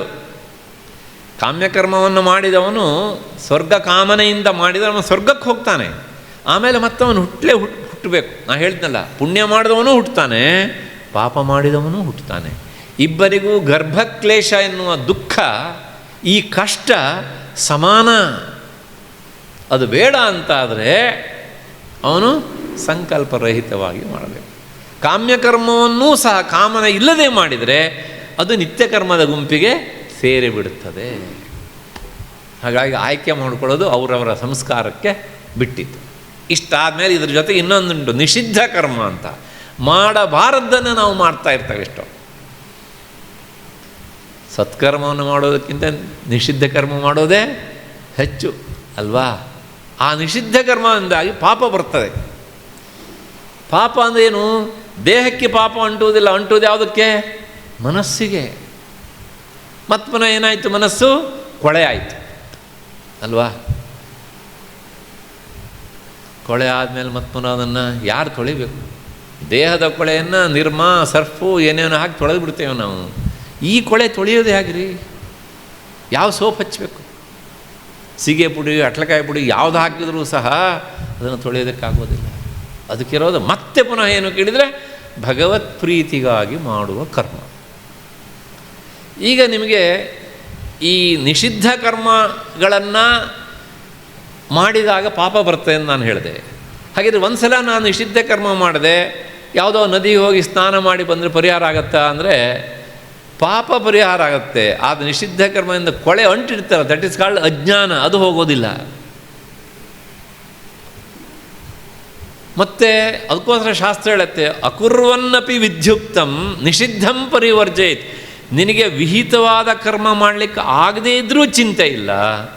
ಯಾವುದನ್ನು ಶಾಸ್ತ್ರ ಮಾಡಬೇಡ ಅಂತ ಹೇಳುತ್ತೋ ಅದನ್ನು ಮಾಡದಿರು. ಯಾವ್ಯಾವುದು? ಉದಾಹರಣೆಗೆ ನ ಕಲಂಜಂ ಭಕ್ಷಯೇತ್. ಕಲಂಜ ಅಂದರೆ ಮಾಂಸ, ಅದನ್ನು ತಿನ್ನಬೇಡ. ನಂಬರ್ 1. ನ ಸುರಾಂ ಪಿಬೇತ್. ಸುರ ಅಂದರೆ ಮದ್ಯ, ಅದನ್ನು ಕುಡಿಬೇಡ. ಇದೆಲ್ಲ ಏನೇನು ಅನರ್ಥ ಅಂತ ದೊಡ್ಡ ಪಟ್ಟಿ ಉಂಟು, ನಾನು ಅದನ್ನೆಲ್ಲ ಹೇಳಲಿಕ್ಕೆ ಹೋಗೋದಿಲ್ಲ ಇಲ್ಲಿ. ಮತ್ತು ಗುರುದಾರಾಭಿಗಮನಂ ನ ಕುರ್ಯಾತ್. ಪರಸ್ತ್ರೀ. ಇವೆಲ್ಲವೂ ಸಹ ಮನುಷ್ಯನನ್ನು ಅಧಃಪತನಕ್ಕೆ ತಳ್ಳುವಂಥ ನಿಷಿದ್ಧ ಕರ್ಮಗಳು. ಒಂದು ಸಲ ಮಾಡಿದೆ ಅಂದರೆ ಇಂಥದ್ದನ್ನು, ಇದಕ್ಕೋಸ್ಕರ ಎಷ್ಟೋ ಜನ್ಮ ಎತ್ತೆ. ಶಾಸ್ತ್ರ ಹೇಳೋದು ಒಂದೇ ಮಾತು, ಒಂದು ಸಲ ನಮಗೆ ಜನ್ಮ ಬಂದರೆ ಆ ಜನ್ಮದಲ್ಲಿ ನಾವು ಎಷ್ಟು ಕರ್ಮ ಮಾಡ್ತೇವೆ, ಮತ್ತು 100 ಜನ್ಮ ಎತ್ತುವಷ್ಟು ಕರ್ಮ ಮಾಡ್ತೇವೆ. ವೆದರ್ ಇಟ್ಸ್ ಮೇ ಬಿ ಪಾಪ ಕರ್ಮ ಆದರೆ ಪುಣ್ಯ ಕರ್ಮ. ಹಾಗಾಗಿ ನಿಷಿದ್ಧ ಕರ್ಮವನ್ನು ಮಾಡಬೇಡ. ನಾವೇನು ಮಾಡ್ತೇವೆ? ಪುಣ್ಯಕರ್ಮ ಜೊತೆಗೆ ನಿಷಿದ್ಧವನ್ನು ಮಾಡ್ತೇವೆ. ಒಂದು ತಮಾಷೆ ಮಾತು ನೆನಪಾಗುತ್ತೆ. ಒಬ್ಬ ಕೇಳಿದಂತೆ ಈ ಮಾತನ್ನು ಹೇಳಿದಾಗ, ಅಲ್ಲ ನಾನು ಗಂಗೆಯಲ್ಲಿ ಸ್ನಾನ ಮಾಡ್ತೇನೆ, ಯಾಕೆ ಕೇಳಿದ್ರು. ಮೂಳೆ ಮುಟ್ಟಿಬಿಟ್ಟಿದ್ದೆ, ಹಾಗಾಗಿ ದೋಷ ಪರಿಹಾರ ಆಗಬೇಕಲ್ಲ, ಗಂಗೆಯಲ್ಲಿ ಸ್ನಾನ ಮಾಡ್ತೇನೆ, ಹೋಗುತ್ತಾ? ಹೋಗುತ್ತೆ ಅಂದರು. ಹಾಗಿದ್ರೆ ಹಿಡ್ಕೊಂಡೇ ಸ್ನಾನ ಮಾಡಿದರೆ, ಮೂಳೆ ಕೈಲಿ ಹಿಡ್ಕೊಂಡೇ ಗಂಗೆಯಲ್ಲಿ ಸ್ನಾನ ಮಾಡಿದರೆ ಏನಾಗುತ್ತೆ? ಪಾಪವೂ ಇಲ್ಲ ಪುಣ್ಯವೂ ಇಲ್ಲ, ನೀ ಮೊದಲು ಹಂಗಿದ್ದೀವಿ ಹಾಗೆ ಇರ್ತೀವಿ ಅಲ್ವಾ? ಹಾಗಿದ್ರೆ ನೀನು ಶುದ್ಧ ಆಗಬೇಕಂದ್ರೆ ಏನು ಮಾಡು? ಅದನ್ನು ಬಿಸಾಡು, ಸ್ನಾನ ಮಾಡು, ಶುದ್ಧ ಆದೆ. ಹೌದು ತಾನೆ? ಆದ್ದರಿಂದ ನಿಷಿದ್ಧ ಕರ್ಮವನ್ನು ಆಚರಿಸಲಿಕ್ಕೆ ಹೋಗಬೇಡ. ಒಂದು ಅದರ ಜೊತೆಗೆ ಈ ನಿತ್ಯ ಕರ್ಮಗಳನ್ನು ಮಾಡುವಾಗ ಒಂದು ಸಂಕಲ್ಪ ಉಂಟು. ಏನು ಅಂದರೆ ಶ್ರೀ ಪರಮೇಶ್ವರ ಪ್ರೀತ್ಯರ್ಥಂ ಅಂತ. ಪರಮೇಶ್ವರನ ಅಂತನಾರು ಹೇಳ್ಬೋದು. ಜಗದಂಬಾ ಪ್ರೀತ್ಯರ್ಥಂ ಅಂದರೆ ಭಗವಂತನಿಗೆ ಭಗವತಿಗೆ ಈ ಕರ್ಮ ಪ್ರೀತಿಯನ್ನು ಉಂಟು ಮಾಡಲಿ ಅಂತ ಮಾಡೋದುಂಟಲ್ಲ, ಅದು ಒಂದು ಕಾಮನೆ ಅಲ್ವಾ ಅಂತ ಕೆಲವು ಜನ ಕೇಳೋರಿದ್ದಾರೆ. ಆದರೆ ಯಾವ ಕರ್ಮವನ್ನು ನಾವು ಭಗವತ್ ಪ್ರೀತಿಗಾಗಿ ಮಾಡ್ತೇವೋ ಅದು ಕಾಮ್ಯ ಕರ್ಮ ಅಲ್ಲ. ನಮಗಾಗಿ ಏನೇನು ಕೇಳ್ತೇವಲ್ಲ ಅದು ಕಾಮ್ಯ ಕರ್ಮ. ಕಾಮ್ಯ ಕರ್ಮ ಮಾಡಿದರೆ ನಾವು ಮತ್ತೆ ಇಲ್ಲಿ ಬಂದು ಸಿಕ್ಕ ಹಾಕ್ಕೊಳ್ಳೋದು ಗ್ಯಾರಂಟಿ. ಹಾಗಾಗಿ ಭಗವತ್ ಪ್ರೀತಿಗಾಗಿ. ಯಾಕೆ ಅಂತಂದರೆ ಈಗ ತಾನೇ ನನ್ನ ಹತ್ರ ಒಬ್ಬರು ಪ್ರಶ್ನೆ ಕೇಳಿದ್ರು ಅಲ್ಲಿ, ಅಲ್ಲ ಹಾಗಿದ್ರೆ ನಾವು ಸಂಕಲ್ಪ ರಹಿತವಾಗಿ ಅಂತ ಹೇಳಿದ್ರಲ್ಲ, ನಾವು ಸಂಧ್ಯಾ ವಂದನೆ ಮಾಡ್ತೇವೆ, ಪೂಜೆ ಮಾಡ್ತೇವೆ, ಶ್ರೀ ಪರಮೇಶ್ವರ ಪ್ರೀತ್ಯರ್ಥಂ ಅಂತ ಹೇಳ್ತೇವೆ, ಇದು ತಪ್ಪಾಗೋಯ್ತಲ್ಲ ಅಂತ. ಅದು ತಪ್ಪಲ್ಲ. ಇಲ್ಲಿ ಇವತ್ತು ಉತ್ತರ ಹೇಳ್ತೇನೆ, ನಾಳೆ ಅವರಿಗಲ್ಲಿ ಇದೇ ಉತ್ತರ ಹೇಳಬೇಕು ನಾನು ಹೇಗೆ ಅಂತ. ಯಾಕೆಂದರೆ ಭಗವತ್ ಪ್ರೀತಿಗಾಗಿ ಮಾಡುವುದು ತಪ್ಪಲ್ಲ, ಅದು ಕಾಮ್ಯಕರ್ಮ ಅಲ್ಲ. ಒಂದಲ್ಲ 1000 ಸಲ ಹೇಳ್ತೇನೆ, ಈ ಮಾತಿಗೆ ಅಂಡರ್ಲೈನ್ ಮಾಡಿಕೊಡಿ. ನಂದಲ್ಲ ಮಾತು, ಶಾಸ್ತ್ರದ್ದು ಹೀಗೆ ಅಂತ. ನಮಗಾಗಿ ಕೇಳುವುದು ಮಾತ್ರ ಕಾಮ್ಯಕರ್ಮ, ಅವನ ಪ್ರೀತಿಗಾಗಿ ಮಾಡುವುದು ಅದು ಕಾಮ್ಯಕರ್ಮ ಅಲ್ಲ. ಹಾಗಾಗಿ ನಾವು ಸಂಧ್ಯಾ ವಂದನೆ ಮಾಡುವಾಗ ಆಗಲಿ, ಪುರುಷರು ಅಥವಾ ತಾಯಂದಿರು ಪೂಜೆ ಮಾಡುವಾಗಲಿ, ಪೂಜೆ ಮಾಡ್ತಾರಲ್ಲ ಅವರು ಸಹ ಜಗದಂಬ ಪ್ರೀತಿಗಾಗಿಯೋ ಅಥವಾ ಪರಮೇಶ್ವರನ ಪ್ರೀತಿಗಾಗಿಯೋ ಅಂತ ಹೇಳಿ ಮಾಡುವುದು ಅದು ಕಾಮ್ಯಕರ್ಮ ಆಗುವುದಿಲ್ಲ. ಅದರಿಂದ ಬಂಧನ ಮತ್ತೆ ಹುಟ್ಟುವಿಕೆ ಆಗುವುದಿಲ್ಲ. ಕಾಮ್ಯಕರ್ಮದಿಂದ ಮಾತ್ರ ಅಂದರೆ ಫಲದ ಸಂಕಲ್ಪವನ್ನು ಮಾಡಿದರೆ ಖಂಡಿತವಾಗಿಯೂ ಸಿಲುಕಿಕೊಳ್ತೇವೆ. ಒಂದು ಕಥೆ ಹೇಳಿಬಿಡ್ತೇನೆ. ಕಾಮ್ಯಕರ್ಮ ಮಾಡಿದರೆ, ಅತಿಯಾಗಿ ಮಾಡಿದರೆ ಏನಾಗ್ತದೆ ಅಂತ. ಕಾಮ್ಯಕರ್ಮದಲ್ಲಿ ನಮ್ಮ ಎಕ್ಸ್ಪೆಕ್ಟೇಷನ್ನೇ ಫಲ ಅಲ್ವಾ ಹೀಗೆ ಅಂತ. ಒಂದು ನರಿ ಒಂದು ಹೊಲಕ್ಕೆ ಬಂದಿತ್ತಂತೆ ಮೇಯೋದಕ್ಕೆ, ತಿನ್ನೋದಕ್ಕೆ ಅಂತ. ಅಲ್ಲಿ ಏನೂ ಸಿಗಲಿಲ್ಲ. ಆಮೇಲೆ ವಾಪಸ್ ಹೋಗುವಾಗ ಅದಕ್ಕೊಂದು ಹಳ್ಳ ಸಿಕ್ಕಿತು, ಸಣ್ಣ ಕೋಡಿ ನದಿ ಚಿಕ್ಕದು. ನೋಡಿತು, ಅದರ ಒಂದು ದೊಡ್ಡ ಆನೆ ಡೆಡ್ ಬಾಡಿ ಬರ್ತಾಯಿತ್ತು ತಿಳ್ಕೊಂಡು. ಅದನ್ನು ನೋಡಿ ಖುಷಿ ಆಯ್ತು ಇದಕ್ಕೆ. ಆಹಾ, ಹೊಲದಲ್ಲೇನೂ ಸಿಗಲಿಲ್ಲ, ಎಲ್ಲರೂ ಸಿಕ್ತಲ್ಲ ನನಗೆ ಅಂಥೇಳಿ ದಡದಿಂದ ಚಂಗ್ ಅಂತ ಆನೆಯ ದೇಹದ ಮೇಲೆ ಜಿಗಿದು ಆನೆಯ ದೇಹವನ್ನು ತನ್ನ ಹಲ್ಲಿನಿಂದ ಕಚ್ಚಿ ಚರ್ಮವನ್ನು ಎಳೆದು ಒಳಗಿರುವಂಥ ಮಾಂಸವನ್ನು ತಿಂತಾ ಇತ್ತು. ಖುಷಿಯೋ ಖುಷಿ. ಭಾಳ ದಿವಸ ಆದಮೇಲೆ ನನಗೊಬ್ಬನಿಗೆ ಇಷ್ಟೊಂದು ಷಡ್ರಸೋಪೇದವಾದಂಥ ಭೋಜನ ಸಿಕ್ಕಿದೆ ಅನ್ನುವ ಹಾಗೆ ತಿಂತಾ ಇತ್ತು, ಮೈ ಮರೆತು ತಿಂತಿತ್ತು. ಹಾಗೆ ತಿಂತ ಇರುವಾಗ ಹೊರಗಿನ ಪರಿವೇ ಇರಲಿಲ್ಲ. ಆ ಆನೆಯ ದೇಹ ಸಣ್ಣ ನದಿಯಿಂದ ದಾಟಿ ದೊಡ್ಡ ನದಿಗೆ ಬಂದು ಅಲ್ಲಿಂದ ದಾಟಿ ಸಮುದ್ರಕ್ಕೆ ಬಂದು ನಿಂತಿತ್ತು. ಇದು ಹೀಗೆ ಕತ್ತೆತ್ತಿ ನೋಡಿತು, ಹೊಟ್ಟೆ ತುಂಬಿದ ಮೇಲೆ. ನೋಡಿದ ಮೇಲೆ ಈಗ ಆಚೆ ಹೋಗೋದು ಹೇಗೆ, ಅಂದರೆ ಬಿಡಿಸ್ಕೊಳ್ಳೋದು ಹೇಗೆ ಅಂತ ಅದಕ್ಕೇನಾಯಿತು, ಗಾಬರಿ ಆಯಿತು. ಆದರೆ ಅದಕ್ಕೇನಿಲ್ಲ, ಪರಿಹಾರ ಇಲ್ಲ. ಕೊನೆಗೆ ಈ ನರಿ ಆನೆಯ ದೇಹದ ಜೊತೆಗೆ ಅಲ್ಲಿರುವಂತಹ, ಅಂದರೆ ಸಮುದ್ರ ಇರುವಂತಹ ಮೀನು ಮೊಸಳೆಗಳಿಗೆ ಅದೂ ಸಹ ಆಹಾರ ಆಗಿ ಹೋಯಿತು.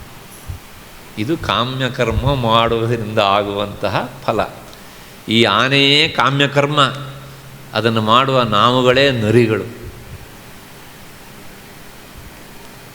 ಆದ್ದರಿಂದ ಕಾಮ್ಯಕರ್ಮವನ್ನು ನಾವು ಮಾಡಲಿಕ್ಕೆ ಹೋಗದೇ ಇರುವುದು ಹೆಚ್ಚು ಕ್ಷೇಮ, ಹೆಚ್ಚು ಕ್ಷೇಮ. ಹಾಗೆ ಯಜ್ಞ ಯಾಗೆಲ್ಲ ಮಾಡ್ತಾರಲ್ಲ, ಮಾಡ್ತಾರೆ. ಅದು ಏನು ಫಲ? ಸ್ವರ್ಗಕ್ಕೆ ಹೋಗ್ತಾರೆ. ಆ ಫಲ ಇರುವ ದಿವಸ ಅಲ್ಲಿ ಇರ್ತಾರೆ. ಅದಾದಮೇಲೆ ಕ್ಷೀಣೇ ಪುಣ್ಯೇ ಮರ್ತ್ಯಲೋಕಂ ವಿಶಂತಿ. ನೀವು ವಿದೇಶಕ್ಕೆ ಹೋಗ್ತೀರಪ್ಪ, ಹೋಗ್ತಾನೆ, ಅಲ್ಲಿ ವೀಸಾ ಎಕ್ಸ್ಪೈರ್ ಆಗುತ್ತೆ, ತೊಗೊಂಡು ದುಡ್ಡೆಲ್ಲ ಡಾಲರಾಗಿ ಕನ್ವರ್ಟ್ ಆಗಿರುತ್ತೆ, ಮುಗಿದಿರುತ್ತೆ. ಅವಧಿ ಮುಗಿದ್ಮೇಲೆ ಏನು ಮಾಡ್ತಾರೆ? ಹುಡುಕ್ತಾರೆ ನಿಮ್ಮನ್ನು, ಹೋಗು, ಕಳಿಸ್ತಾರೋ ಇಲ್ಲೋ. ಹಾಗೆಯೇ ಇವನು ಸಹ ಕಾಮ್ಯಕರ್ಮ ಮಾಡಿದವನು ಅನುಭವಿಸಿ ಆದ ಮೇಲೆ ಒಂದು ಸ್ವಲ್ಪ ಪುಣ್ಯಾಂಶ ಇರುವಾಗಲೇ ಇಲ್ಲಿ ಬರ್ತಾನೆ. ಬಂದ ಮತ್ವನ ಅವನು ಹುಟ್ಟಲೇಬೇಕು. ಬೇಕಾ ಇದು? ಇದನ್ನೆಲ್ಲ ಕೇಳಿ ಆದಮೇಲೆ ಗೀತೆ ಓದೋದೇ ಬೇಡ ಅಂತ ಅನಿಸತ್ತೆ ಸರ್. ಅದೇ ಒಳ್ಳೆಯದು ನಮಗೆ. ಹಿಡಿತದೆ ಎಷ್ಟು ಹಾಯಾಗಿದ್ವಿ ಅಲ್ವಾ. ಈ ಸ್ವಾಮಿಗಳು ಗೀತಾ ಅಭಿಯಾನ ಅಂಥೇಳಿ ಹಿಂಗಿದ್ದೆಲ್ಲ ಹೇಳಿಸೋದಕ್ಕೆ ಅಂತ ನಿಮ್ಮನ್ನು ಕರೆದು ನಮ್ಮ ತಲೆಗೆ ಹುಳ ಬಿಟ್ಟುಬಿಟ್ರಲ್ಲ ಅಂತ. ಇಷ್ಟು ದಿವಸ ಸತ್ಯ ಗೊತ್ತಾಗಲಿಲ್ಲ ಅಂತ ಸಂತೋಷ ಪಡಬೇಕು. ನಿಮಗೆ ಒಂದು ಸಲ ಕೇಳಿದಾಗಲೇ ಇದ್ರ ಬಗ್ಗೆ ಈ ಥರ ಭಾವನೆ ಬಂದರೆ ದಿನ ಓದೋ ನಮಗೇನಾಗಬೇಕು ಅಲ್ವಾ? ಸಂತೋಷ ಆಗುತ್ತೆ. ಎಂಥ ವಿಷಯ ಹೇಳಿದ್ದಾರೆ, ಆನಂದ ಆಗುತ್ತೆ. ಕೃಷ್ಣನಿಗೇನು ಸ್ವಾರ್ಥ ಇತ್ತ? ನಮ್ಮ ಉದ್ಧಾರಕ್ಕೋಸ್ಕರ ಹೇಳಿದ್ದಾನೆ. ಅರ್ಜುನ ನಿಮಿತ್ತ ಮಾತ್ರ, ನಾವು ಅದನ್ನು ಮರೆಯಬಾರದು. ಆಚಾರ್ಯ ಶಂಕರ ಅದನ್ನೇ ಬರೆದಿದ್ದಾರೆ, ಅರ್ಜುನಂ ನಿಮಿತ್ತೀಕೃತ್ಯ ಶ್ರೀಕೃಷ್ಣ ಉಪದೇಶ. ಕೃಷ್ಣ ಉಪದೇಶ ಮಾಡ್ತಾನೆ ಯಾರಿಗೆ? ನಮಗೆ. ಹಾಗಾಗಿ ನಮ್ಮ ಉದ್ಧಾರಕ್ಕೋಸ್ಕರ ಕೃಷ್ಣ ಅವತರಿಸಿ ಬಂದು, ಕೃಷ್ಣನ ಅವತಾರದ ಪ್ರಧಾನ ಉದ್ದೇಶಗಳಲ್ಲಿ ಗೀತೋಪದೇಶವೂ ಒಂದು. ಯಾಕೆಂದರೆ ಆ ಅವತಾರವೇ ಜ್ಞಾನಾವತಾರ. ಅದು ಬೇರೆ ಅವತಾರಗಳಿಂದ ಉಪದೇಶ ಮಾಡಲಿಲ್ಲ. ಮಾಡಿದಾನ? ಇಲ್ಲ. ರಾಮಾವತಾರದಲ್ಲೆಲ್ಲ ಉಪದೇಶ ಮಾಡಿದಾನ? ಉಪದೇಶ ಕೇಳಿದ ವಸಿಷ್ಠರಿಂದ. ಹೌದಾನೆ. ನರಸಿಂಹ ಅವತಾರದಲ್ಲೆಲ್ಲ ಉಪದೇಶ ಮಾಡಿದ್ನ? ಇಲ್ಲ ತಾನೆ. ಆದರೆ ಕೃಷ್ಣಾವತಾರದಲ್ಲಿ ಮಾತ್ರ. ಯಾಕೆ? ಕೃಷ್ಣಸ್ತು ಭಗವಾನ್ ಸ್ವಯಂ ಅಂತ. ಇಷ್ಟು ಹಿನ್ನೆಲೆಯಲ್ಲಿ ಈ ವಿಷಯಕ್ಕೆ ಸಂಬಂಧಪಟ್ಟ ಹಾಗೆ ಎಲ್ಲೋದು ಮುಗೀತು ಅಂತ ಅಂದ್ಕೊಳ್ಬೇಡಿ. ಇನ್ನೂ ಉಂಟು. ನಾಳೆ ಪುರುಷತ್ವ ಆದರೆ ಹೇಳ್ತೇನೆ. ಆದರೆ ಇಲ್ಲಿಗೆ ಆಯಿತು ಅಂತ ಅಂದ್ಕೊಳ್ಳೋಣ. ಯಾಕಂದರೆ ಅಂದ್ಕೊಳ್ಳೋದೇ ಹೆಚ್ಚು ಇವಾಗ. ಇನ್ನು 2 ದಿವಸದಲ್ಲಿ ಅಂದ್ಕೊಳ್ಳೋದೇ ಇಲ್ಲ ಹೀಗೆ ಅಂತ. ಅಷ್ಟು ಹಿನ್ನೆಲೆಯಲ್ಲಿ ನಿಮಗೆಲ್ಲರಿಗೂ ಸಹ ನಮಸ್ಕಾರ ಮತ್ತು ಕೃತಜ್ಞತೆಗಳು.